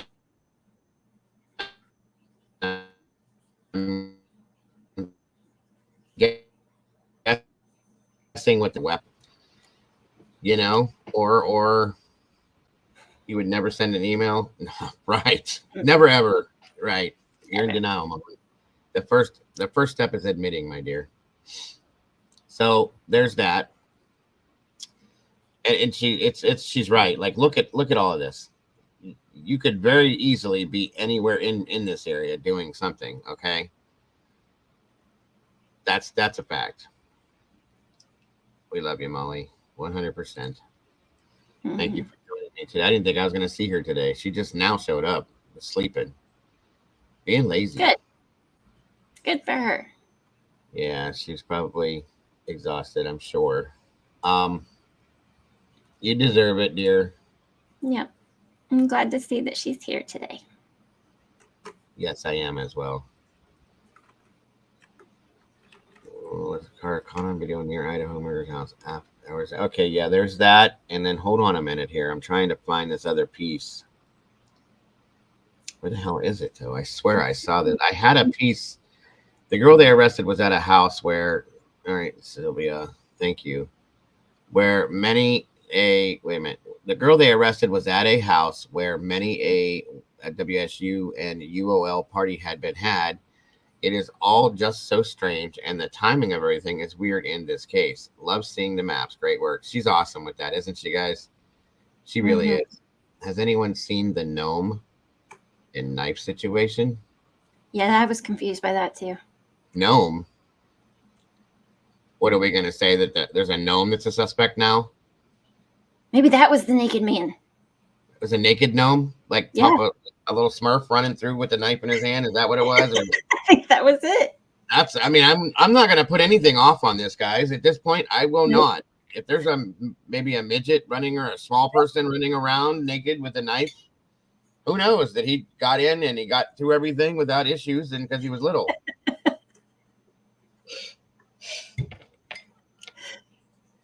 I can't believe I just said that. I mean, honest to God, though, at this point, what's surprising anymore? You know what I mean? That's right, Red. It's the bikers again. Yeah, the midget bikers. That's exactly what it was. Midget pixies. Hold on 1 second. I'm trying to find something. Someone said he hid the knife in a gnome at his parents or something. Ah, I did hear about that. It was one of those yard gnomes, garden gnomes. But yeah, no. Thank you, Nikki. That I did remember hearing that. It's good to have a little laugh here and there with this stuff, though, guys. It really is. Absolutely. A clue was found that the knife was hidden nearby, and if you look closely, you might find a gnome. If you look at the arboretum next to 1122, it looks like a gnome overhead. So, like, are we talking about a gnome at his parents' house or a gnome in Moscow?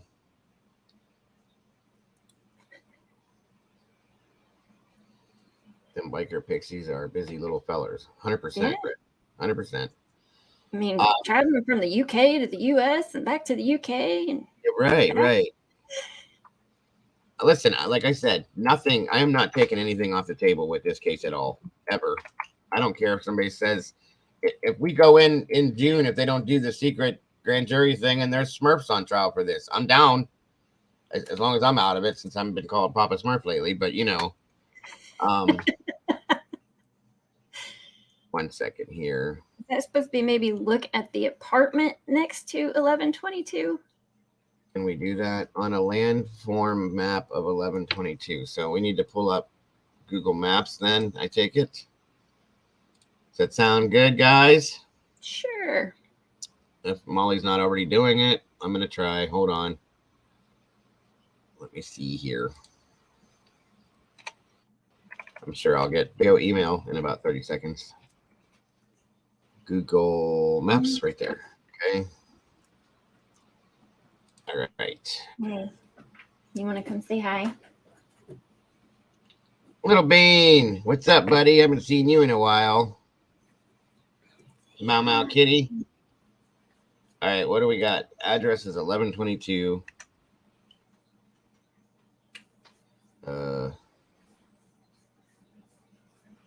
Oh my God, I just went brain dead. 1122 Kings, right?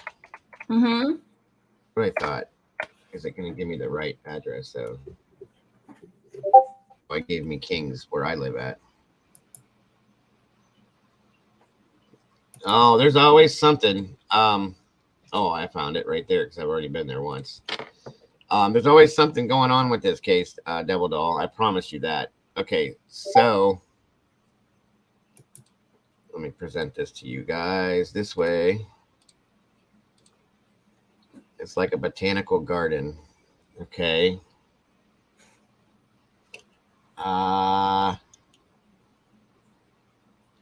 Right here is the spot, correct? That's 1122 Queens Road. Oh, wait. Okay, now I told you they're quicker than I am with everything. Hold on. I mean, whatever, so be it. if they know what they're looking for, it's easier than me trying to dig for it. So, Right. All right, guys. I'm pulling it up. Again, 28 awesome people in here, guys. Please hit that like button and share this out if you would, please. Thank you, Nick. I'm pulling it up now. Okay. Arboretum, the botanical garden. Okay. 1 second. Present. All right. There we go. All right. Sylvia's saying it's botanical. No, that's not what I'm trying to say. What the hell just happened? I just pulled that up, I thought. Where did it go? All right, there we go. Sorry. I don't know why that did that. 1 second. All right, dude, here we are. So it's, I remember, what's this right here, Nikki?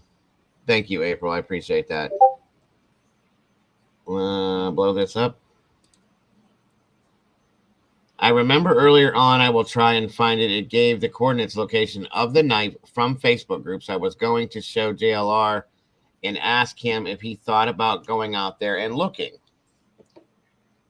So these are the coordinates. Did some research and found, doesn't this look like a gnome to you?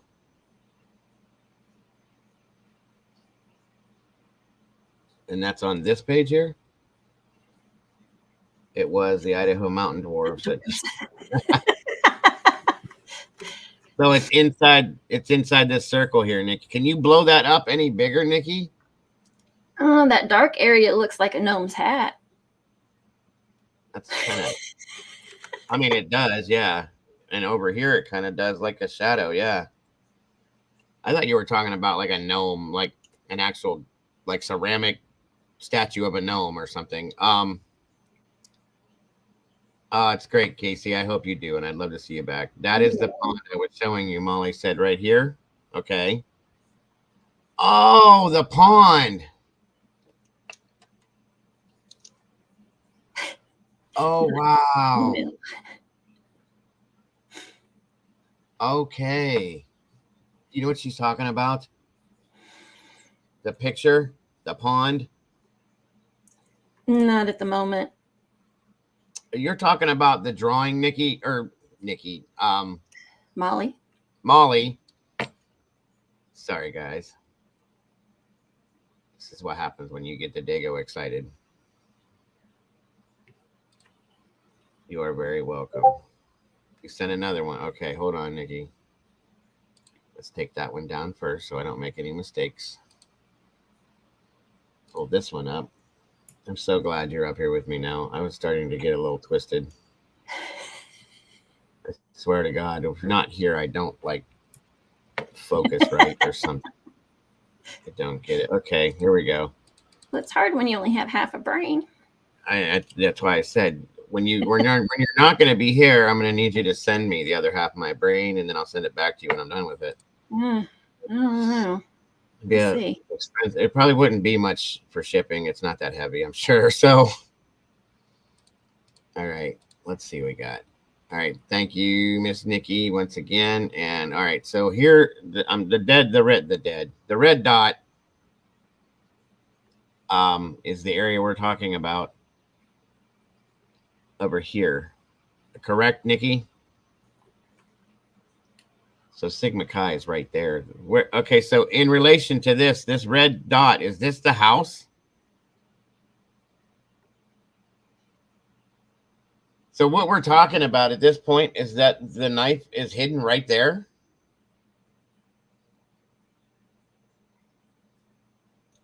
Am I wrong? I don't know. I'm a little confused at the moment. Of course, that's what happens when you come in the middle of everything. Somebody gifted some memberships, it says. Sylvia did. Thank you, hon. That was very sweet of you. That is so awesome, Sylvia. Thank you so very much, my dear. All right, Molly, I'm back into the email. I know. I live in email. Email is my life. I love the emails. The emails love me. All right, let's see what we got now. Aha! Damn. Okay. Boy, you and Nikki are both pretty good with these emails and these maps and stuff. I am not good with mapping, folks, at all. Just so you know. It's okay, Nikki. Thank you for the info. I'm Right? glad I know that now. You just said I'm back. All right, let's blow this up. Right. Aha, here we go. All right, so Molly, I don't know how you do this stuff so fast either, but this is the area right here. So what we're saying then is that very possibly that the knife is here somewhere, which is, Molly, how many miles is this from? I mean, you can see the neighborhood here. Well, since you're doing this, fraternities and everything up there. I said I don't know how she does this so fast, but all right, Molly, since you're doing this, do me a favor then. If you can blow this up to a like on-site sized area, this area here, and this to get to this so that it's big enough that we can see it like we're standing there looking at it, okay? Like, I can't think of what it's called at this point, but not the aerial version of it, but like the right there in front of it. Look, if you can do that, I'd like to see that, like what it looks like in, not in person, but like face to face. I can't think today, guys. I think you know what I mean, Molly, but you know what I'm saying? Like 4 miles. It's a quarter of a mile, basically. A quarter of a mile. Okay. That's very possible. So in the period of time, so I'm going to guess, okay, there was a lapse of time that we lost after the murders per se, where he took what it should have taken him how long to get from there, because initially it took him not long at all to get from his apartment to this house. We've done that already. But then when he left, supposedly after the murders, it took an extended period of time to get back to the house. Remember that? Which means he went and did something after the fact before he went home. I'm wondering if this is it right here. It could be. If we're going to go with the theory that he's guilty, blah, blah, blah, blah, blah. This is all pure speculation that we're looking at this point. Okay. All alleged. Yeah, thank you. This is very, very, very alleged. But again, they are great pictures, Lance. That's 100% right. Nikki and Molly are very good at these things. They spend a lot of time on this, so I am very grateful for them. So what did he take his drill out there for? Ice fishing, and drill the ice and drop the knife in the hole. That's a good point, Mike. That's a good point. I mean, did he? Was it frozen at that point yet? This was in November. Was the water froze already? I don't know. I mean, it snows 24/7, 365 days a year in Idaho, from what I've seen. But well, let me see. Did I miss something over here? Your brain is the best, Sylvia. I know, hon. I think all of our brains are wrung out from this. Molly, you are a rock star. That is a fact. You put out some really good info on this, hon, and I'm very, very impressed with all you guys. You think it would have been frozen by now? Okay, Molly, let me ask you a question. Like, when you, in November, were any of your guys' bodies of water froze over at that point by now in Idaho? So you want to pick of the pond? Not sure what. Yeah, something like that. Yeah, a picture of the pond and like any close roads to that, if I can get that. And then that question. As of last week, it was still snowing there. So when did it start? That's what I want to know, is when did it start getting cold and when did it start snowing? She said up there, yes. In November? Okay, then. That's my question.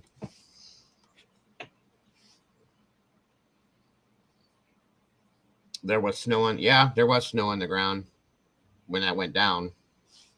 I did forget about that. That's true. That's why I started calling it Alaska Ho, because it's like that's all that happens out there. It's always freezing. It's always snowing. Poor Molly. Every time she talks to us, there's snow flying. Yeah, you can do that, Molly. I think I'd like to see that for sure. And look, Nikki says she wants to see. I'm kind of curious.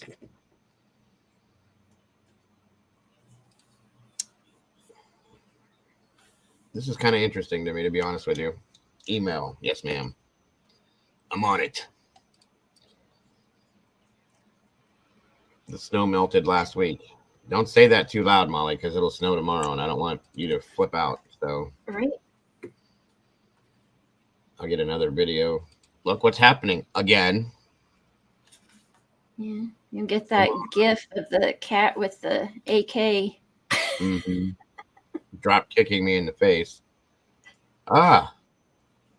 Okay. I mean, and this is how far? 0.24 miles, it says. Mm-hmm. That's what she said. Yeah, I wonder if they've been here to look at this.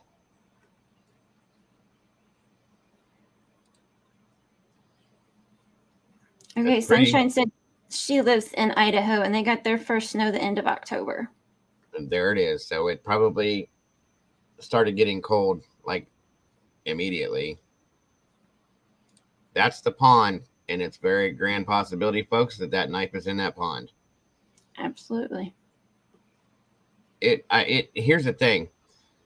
It may not have been as froze. Like it may not have been froze solid. You know, there could have been a spot where you could have just walked over to the corner that wasn't froze solid yet and dropped it in, or you could have drilled a hole in it, like he said, like Mikey said, and dropped it in there. I don't know if that was, you know, something that would have been thought out like that, but still. Or who's to say it's even in the water per se? It could be buried in the ground over here somewhere. Nikki said it snowed right after the murder. And in Moscow, they get snow sooner than me. Moscow is in northern Idaho. I'm in, okay. It cut a hole. Email. It cut a hole. I need to get one of them things that you have that talks to me and just tells me, email. Isn't that what I'm here for? Right. You got him. Like, I can just see her little fingers. 100%. Oh, interesting. Here we go. Thank you, Molly dear, once again. Okay. And or cut a hole with the knife itself. That's very possible too, Nikki, depending on how thick the ice was. So where is the road? So we come out here, come up through this way, up to here, down through here, or over through here, come back in through, or no, wait, this road comes up back here. Yeah. It's very possible, everybody, that it's in this body of water right here or around it in the ground. Or let me see something here.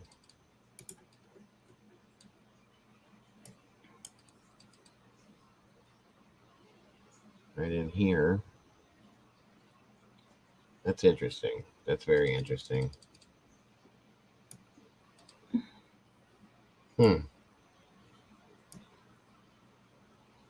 Devil asks, does his route take him past that, Molly?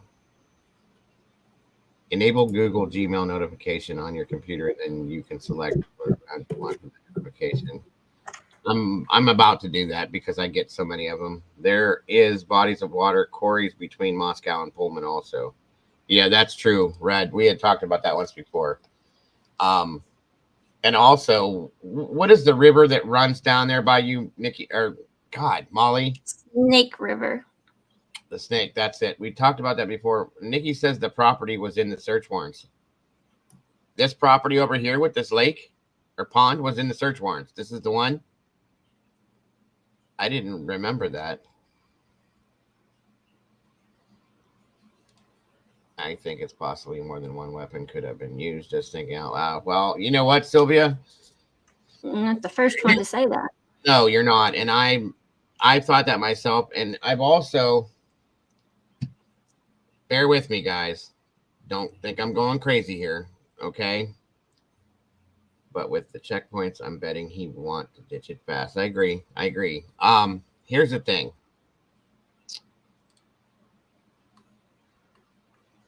There were certain types of wounds, okay?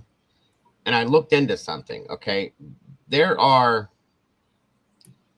the K-bar knife that we know was used, at least that one we know of, okay? But at this point, I'm starting to, how can I say this? Does everybody in here know what a hatchet is? Okay. And now a hatchet is a hatchet. And they have smaller versions of what we consider hatchets that are being made now, okay? They look kind of like a tomahawk, the old style, okay? I think Nikki or Wandering Orphan might know what I'm talking about, but the hatchet has a handle on it, okay, and gives you a lot of swinging force. I don't know what I'm saying today. And they have the big head on it, and then they have the other side on it that makes deep gouging wounds, but they're not so big now. And the reason why I'm talking about this is because there were wounds on these kids that were gouged wounds, not just straight up and down knife wounds, as well as the fact that one of them was almost completely decapitated, if not completely decapitated, and the fact that Xana pretty much lost her fingers, and a knife alone very likely will not do something like that, because and I'm not trying to be grotesque here, guys, and this is kind of I'll be honest with you, it's kind of triggering, so I'm going to put up my little trigger warning banner. My years in EMS and fire and stuff like that, I've seen some pretty crazy things, okay? And they make some really cool ones for like camping that like actually like fold up and stuff. Yes, they do. Now, what I'm going to say, like I said, it might be triggering to some people, and my apologies if it is. Please feel free to just slide on out. Thank you, Miss Brandy, for joining us. Nikki's right. I was getting ready to touch on that. She's absolutely correct. One of them had a very special, precise injury that requires time, sharpness, and skill. Now, that is if we're going to go on the basis of the pictures. Okay? Now, very slowly, I want to go slow with that, Nikki, because we don't know for a fact that those are true to-form pictures, okay? Only because of the time that it would have taken to do what was done in those pictures. As I explained earlier, that there's some pictures that some of us have seen that show some pretty, I'm never going to show them to you guys out here. I'm just telling you right now, I will not show them to you. And anybody that does show them to you, they're going to lose their channel because they're bad. I've explained what they are, and I don't feel that there would be, I know, it's all right, Nikki. I don't feel that there would be time to do that, okay? But I've already explained to some of you guys that were here earlier what those pictures included, okay? It's bad. It's bad. Like I had said that, you know, one of the faces were cut off. The eyeballs were taken out. One of the heads was completely and totally decapitated. I don't know if that's, we weren't told details on what happened. And I have a hard time sticking to any type of a timeline, seeing those things. Okay. And the pictures don't bother me. I've seen things worse than that in my life, but they're bad. They're very bad, and I hope to God nobody ever shows them out here, because if they are those kids, it's sad and disgusting. And if they're not, whatever it is still bad. Okay, it's bad. So here's the thing, though. It was said that I think it was Xana's head was almost, or somebody's head was almost decapitated. They never said it was fully decapitated. Mm-hmm. But you're not going to do that with just a knife, because here's why. First of all, you have to go through the skin. You have to go through the tissue. There's bone and tendons and the spinal cord and all things that you got to go through. A knife is not going to do that. So I've struggled with there being one K-bar knife throughout this whole thing. I really have. Good to see you, Kiki. And that's my issue with this. In turn, I started looking at different types of weapons, guys. And I'm going to show you something. All right? Hold on to your emails for a minute, Molly, if you have them coming. Apparently, all of a sudden, Koberger has a court event scheduled for May 25th at 10 a.m. We just talked about that. Okay. Yep. Brian Enton had put out that there was rumor that they were going to try to go with a secret grand jury. And if that's the case, we just talked about, Jules was up here for a while with us today. There was rumor of that Brian had put out and said, thank you, Brandy. I appreciate that, my dear. Again, guys, my channel is 100% crowdfunded. To be able to stay out here with you guys, I need to be able to do that because of the donations and stuff like that. Anybody that would like to support the channel, please feel free via Venmo, Cash App, or the PayPal links there, and or super chats or super stickers, however, if you choose to do it. And I appreciate you for doing that if you do. Now, I want to show you something. And the secret grand jury thing was talked about. It would be May 25th. And if that's the case, that is going to completely bypass the preliminary hearing, and we won't know anything if they do that. And that's what we were talking about as to why are they doing something like that? Well, with everything that we have just seen pop up,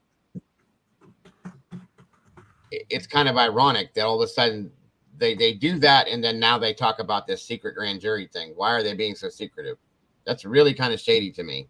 Same thing Joel said. It's very shady. I don't get it. I don't. And I'm trying to show you this real quick too. I got 5 different thoughts in my head. Let me show you here real quick. I looked this up last week.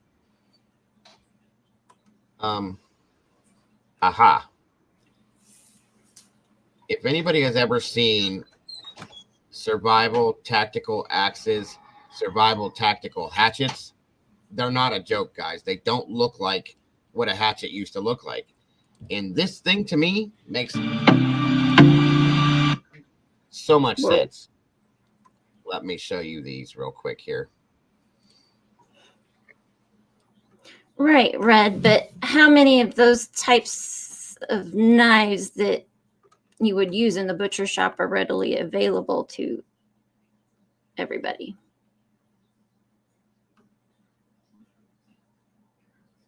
I'm gonna play this and excuse myself for 1 second, Mama Bear, if you don't mind, and then I will be right back.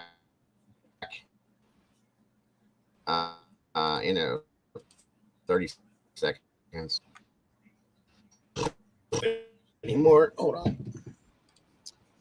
There we go, and there it is. Well, Red, remind me not to piss you off.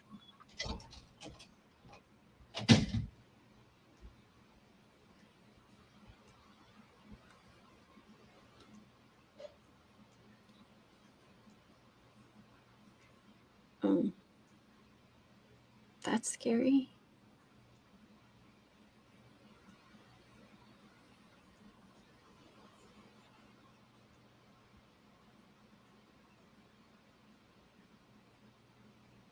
Wow.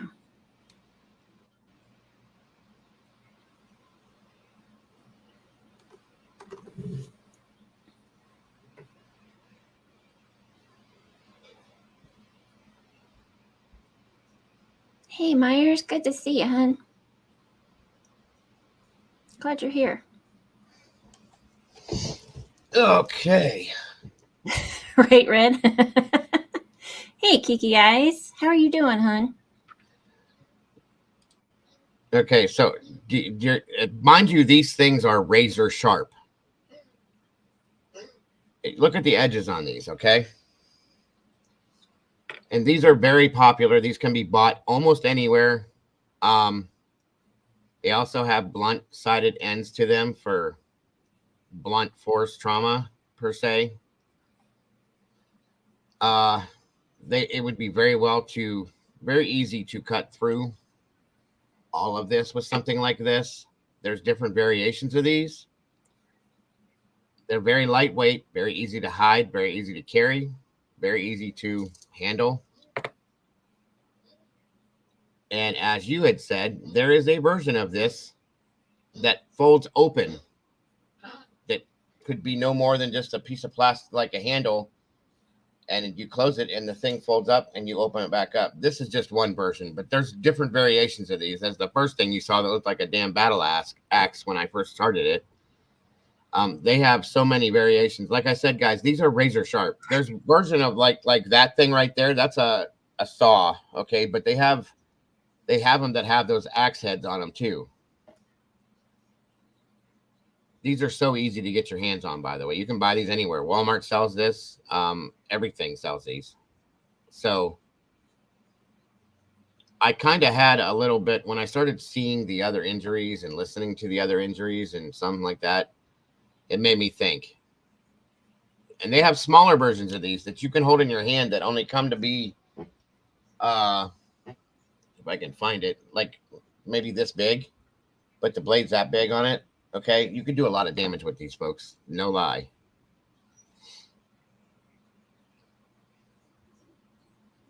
That is what I mean by a hatchet. That don't look like what we're used to, but look what that could do. The blade on that alone, you could very easily, partially, if not fully, decapitate a human being with that, with no problem. With 2 movements, that's it.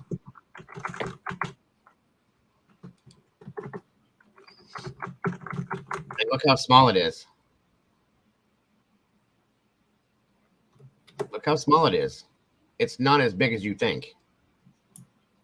Just a tiny little handheld thing that's no bigger than this.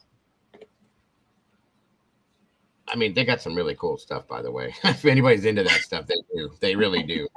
I'm impressed with it, especially that one right there. You got, they have the pickaxe. They have, look at the blades on these things, guys. Yeah, I like that one myself because I have trees and things everywhere. I'm just saying. Molly's like, I want that one too. I don't know if you need these, Molly. Look at the blade on this, you guys. And they have smaller handheld versions of that thing too. We got a storm rolling in. Yeah, we do too. I can feel it. My head's starting to throb. But again, I'm just showing you guys options. I think there was more. There's the one that I was talking about, the small handheld scenario, but the blade on it is insane. Look at that. Okay. Again, oh, well, there's a bottle opener. Of course, we could have a bottle opener on the end of our hatchet. That's important. I need to upgrade for my bat. Absolutely, Sylvia. You can keep that in a purse if you want to, or just strap it to your hip or whatever. Hex bit driver. So this is like a 10-in-1 tool. A hammer. Right. I just can't get over the blade sharpness on these things too. And it does all this extra stuff. And you could pull that off the end of a stick as he's showing you. Okay. You can put that on a stick, pull it off the end of the stick and drop the stick and walk away. And suck that thing in your pocket. I don't think I want to put it in my pocket, but no, I'm just saying, like, you know what I mean. I know. Regardless, Rick, that's a gut hook. Yeah, right. Exactly it too, Red. But like I'm saying, folks, again, these are options, okay? And these are modern day options. I had a hatchet from like the 60s that had a wood handle that no matter how many times I sharpened it, it was dull. It was this big. I used it for cutting up little sticks. I saw these one day and I was like, holy shit, like that's real sharp stuff. Okay. And they're very lightweight, easy to swing, easy to carry. That thing right there is pretty badass in myself. Look at that. Again, I think I'm going to end up one of these days ordering my own stuff. So I have too many trees around here. But anyway, so going back to, because I'm losing face of, or sight of what I was talking about, going back to what I was saying, it would be very easy to get rid of any one of these type of weapons. Okay. They have the Schrade axes. Those are little they're about this big, that have like a whole metal frame to it with either a fiberglass or a fiber, not fiber, but like a hard plastic handle. You can wrap tape around that. There's this, there's that. I mean, these things are made like to do this type of stuff with. So again, based on what Molly was showing with the maps and so on and so forth, and what we've talked about with weaponry and so on and so forth, yeah, I agree that very easily, any bit of those things could have been dropped off, hidden there or something, and take up the time after the fact when he allegedly left to move on to what he was to leave. Okay. After the fact, there was a longer period of time that it took him to get home than it took him to get there. And I had a problem with that. Where did he go? What did he do? Was somebody else with him? Did he take somebody and drop them off? Did he go hide something? Did he get rid of the weapon somewhere? And so on and so forth. And that's what what we were talking about was. I have a metal bat in my car. It is pink with hearts. You're a mess, Molly.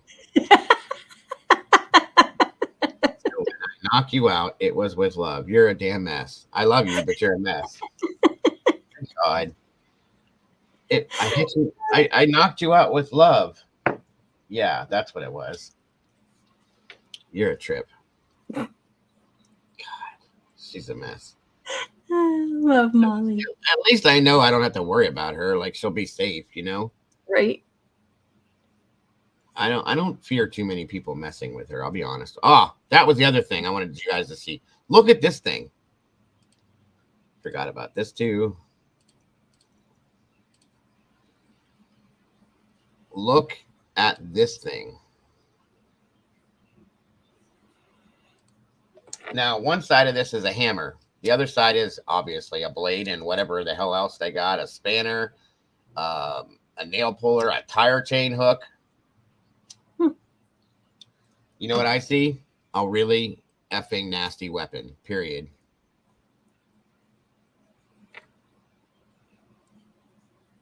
And I want one of these, by the way, too. But look at the blade, how it's rounded, almost like a guillotine. Again, very easy to partially or fully decapitate somebody. And these things are very accessible, folks. Go to Amazon and look up hatchet right now and watch what comes up. It's a slice hammer. A slice hammer? Who said that? Molly.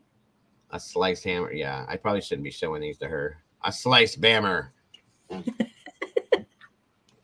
gonna get emails in a few days. Look what I got, Dago. Yeah, it's definitely a multi-tool. Tire chain hook. Yeah. A little bit everything. A slice bammer. Is that what you call like things that you can do damage with, Molly? It's a bammer. I got my bammer. Wow. You guys are a trip. Well, this turned into an interesting open discussion today. I love it though. Like I said, because it does put out it gives us a chance to go through the information we have. Metal pipe next to the bed. Now it's a bat. Well, at least you're upgrading, Sylvia. That's good. Yes. Where I stay, you need to say say certain things for ornamental purpose. I got you, devil. Mary like that too. 3 cups of coffee and now a Mountain Dew. Oh God. Oh Lord. And she just said, "Wee." Whee! Well, at least it's Saturday night. Yeah, thank God I'm not playing any music. Molly'd be dancing on the roof. I live in a snow belt, and never in my life did I ever think to myself, I need a tire chain hook. Right, exactly. Exactly. Like, that's something we all have to have in our household. My most recent ex is a real problem. Oh, Lord, Sylvia. Don't say too many things here now. Right. I didn't see anything at all. But anyway, I better get these off the air while I can because people are going to be getting on this. So anyway, again, folks, those are my thoughts on that scenario. Does anybody have anything else? Picture the Geico pig. What the hell are you talking about, Molly? Oh, God, yeah, I get it. It's like, come on now. I get it. Mountain Dew is bad. Oh, right, devil, exactly.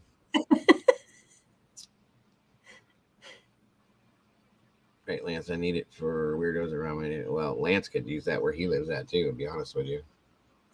I just have one specific thing that I keep handy, and that's all I need. She's still saying we. Whee! Oh, boy. She will be all night, too. Yep. Right. Yes, she will. At least she's having fun. That's what matters to me. Yep. Does anybody have anything else they want to throw at us out here? Nikki, Molly, emails, pictures. I didn't mean to throw anything at me. He is already in big trouble, so it is okay for me to talk about it. I gotcha. Do your thing, Sylvia. You know that you got freedom of speech in here. The commercial for that thing is like, "Are you tired of cutting your broccoli? The difficult old-fashioned." That's great. I love it. Yeah, sure. Try this. Whack, you're done. End of story. That's awesome. That was good, Nikki. Oh, I keep forgetting. It's only 2:30 where she's at, where it's 4:30 here. Oh, yeah, it is 4:30 now. Molly just got out of bed a half an hour ago. Good for her. She was reaping in. Were you up late, Molly? By the way, I started the other channel. I just have to do everything that goes with it now, but I have it put in. No beans. Email. Here we go. Yep. Where are you at, devil? Goodness. 9:30. 9:30 p.m. Are you overseas? It almost have. You got it, right? You would have to be over in the UK somewhere.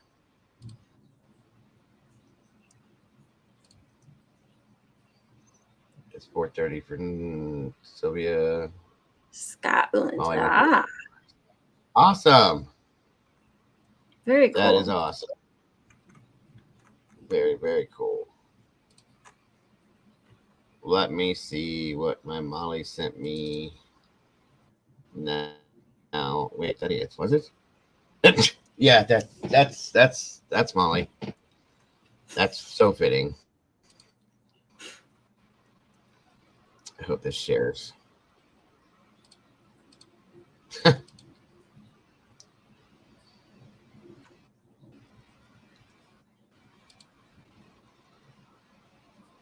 you see that? Yeah. That's what she's going through now. That's a lot of coffee and Mountain Dew. Yep.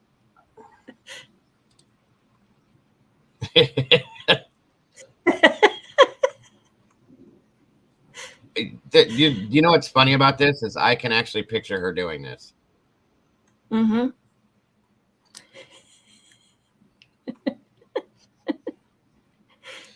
We love you so much, Molly. It's not even funny.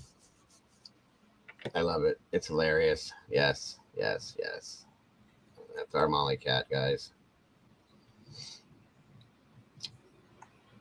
Well, folks, I think that's probably going to do it for today, unless anybody would like to call in and give any more anything at all. If you want to call in and say anything or talk about anything else and that has anything to do with this or anything else for that matter. If not, then I can't even look at that now. Every time I look at it, I want to laugh because I can picture her sitting at home doing that, bouncing around. Wee. Oh.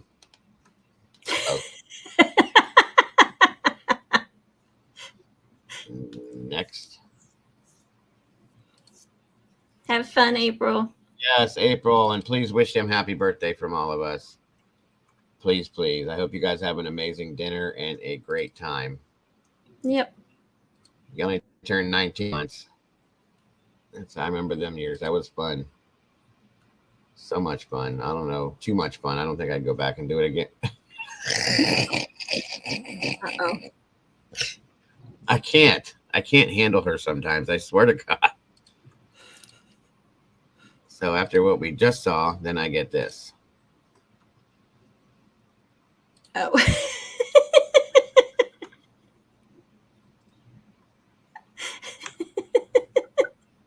You're nuts. I swear to God, she's nuts. Oh, Molly. You're a trip, kid. An absolute trip. Anyway, I want to thank you all, everybody that is here normally, all of the new people I saw. I'm super excited for you guys to have been here today. I hope to God you guys want to come back. I hope you guys enjoyed yourselves. As I said, Monday we go back into the rest of the series that we're doing, revisiting Summer Wells. There's still more to go. Not a whole lot, but more. And there's some new stuff that's popped up.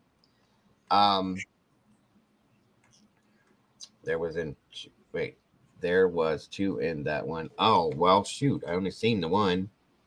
Sorry. Hold on. I don't want to get her mad at me. So the next one I'll get is her in the car driving here to drop kick me again. Let me see. Is this the other one? What is it? All right. So there was that one that we saw, and then we have this one right after.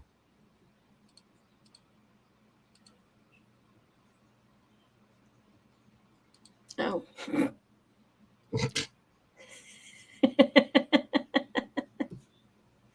You are green, Kim. Yeah. You're green. That's our crazy Molly cat being crazy Molly cat right there. Chewing on her nails. Yes, you are cream. Yes, you're cream color now. That's the number color is cream. Anyway, you're green. Sorry. But yes, again, all the newer people that showed up today, thank you from the bottom of my heart for dropping by. We absolutely appreciate you guys. I can't talk, you guys. We appreciate you guys more than you guys know. And I hope to see you guys back here again. Like I said, Monday we go back to the revisiting Summer Wells series, and we're going to finish that up as fast as we can. And then we're moving on to probably back to some of this stuff and some other stuff that we haven't got to do. Monday night, I have episode 24 of the night series I've been running. And that is going to be about the true story behind The Good Nurse. The Good Nurse. Thank you. I have my notes here and I'm just not looking at them. See? Again, I have Post-its that I don't use. Stacks upon stacks of them. Oh, Lord, Molly. And we're going to be covering the true story behind the movie The Good Nurse, which is actually kind of wicked, guys. Check the movie out. It's weird. I watched it last night. Most of these I'm like, have I seen this before? And then I watch it and I'm like, oh yeah, now I remember. Some of them we did.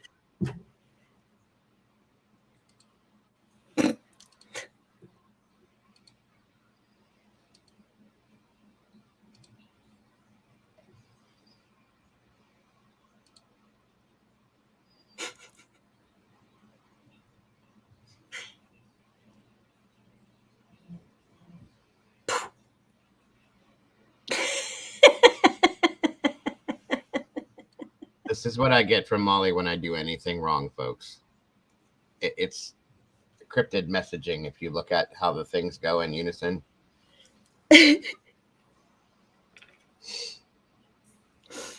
This one's one of my favorites, though. That's why she sends it all the time, because I think it's absolutely adorable.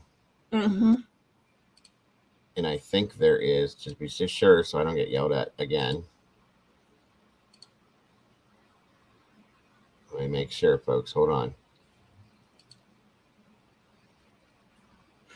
I have all these. I don't know why I shouldn't have had to re-download these. She said, but I sent the happy one too.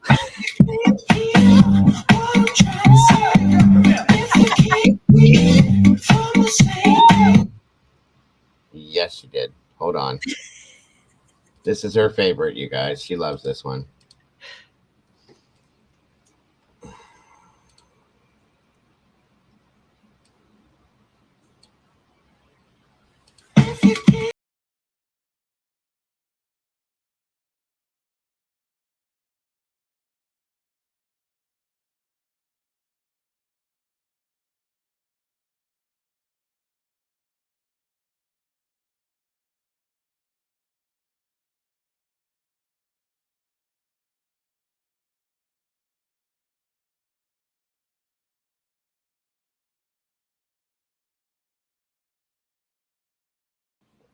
You couldn't see that?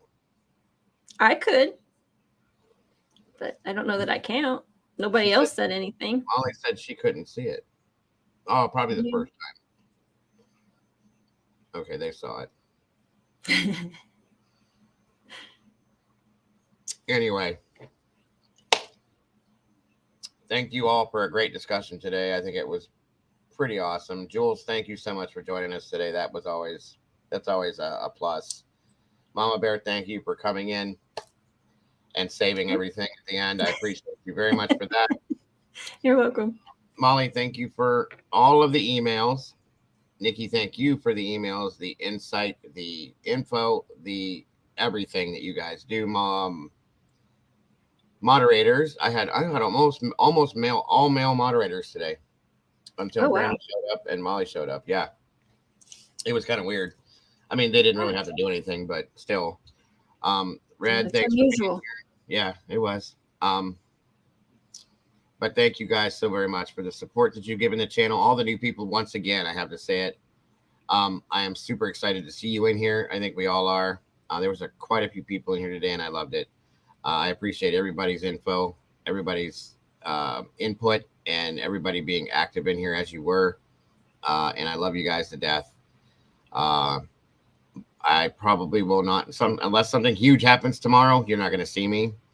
But Monday, and again, thank you. I think it was Sylvia for gifting all the memberships today. That was awesome. Very much appreciated. So we have all these beautiful meatballs in here. Guys, have a great rest of your weekend. Enjoy your families, yourselves, and your times. Don't forget to love yourselves and love each other. Yes, we will all catch up next stream. Absolutely. Red. We do. We have 4 new meatballs today. Yay. That's awesome, Sylvia. We thank you so very much for that, guys. Have a great weekend. Mama Bear, once again, thank you. I love you guys to death, and I will see you all so very soon. Bye-bye. Bye, guys. Have a good weekend.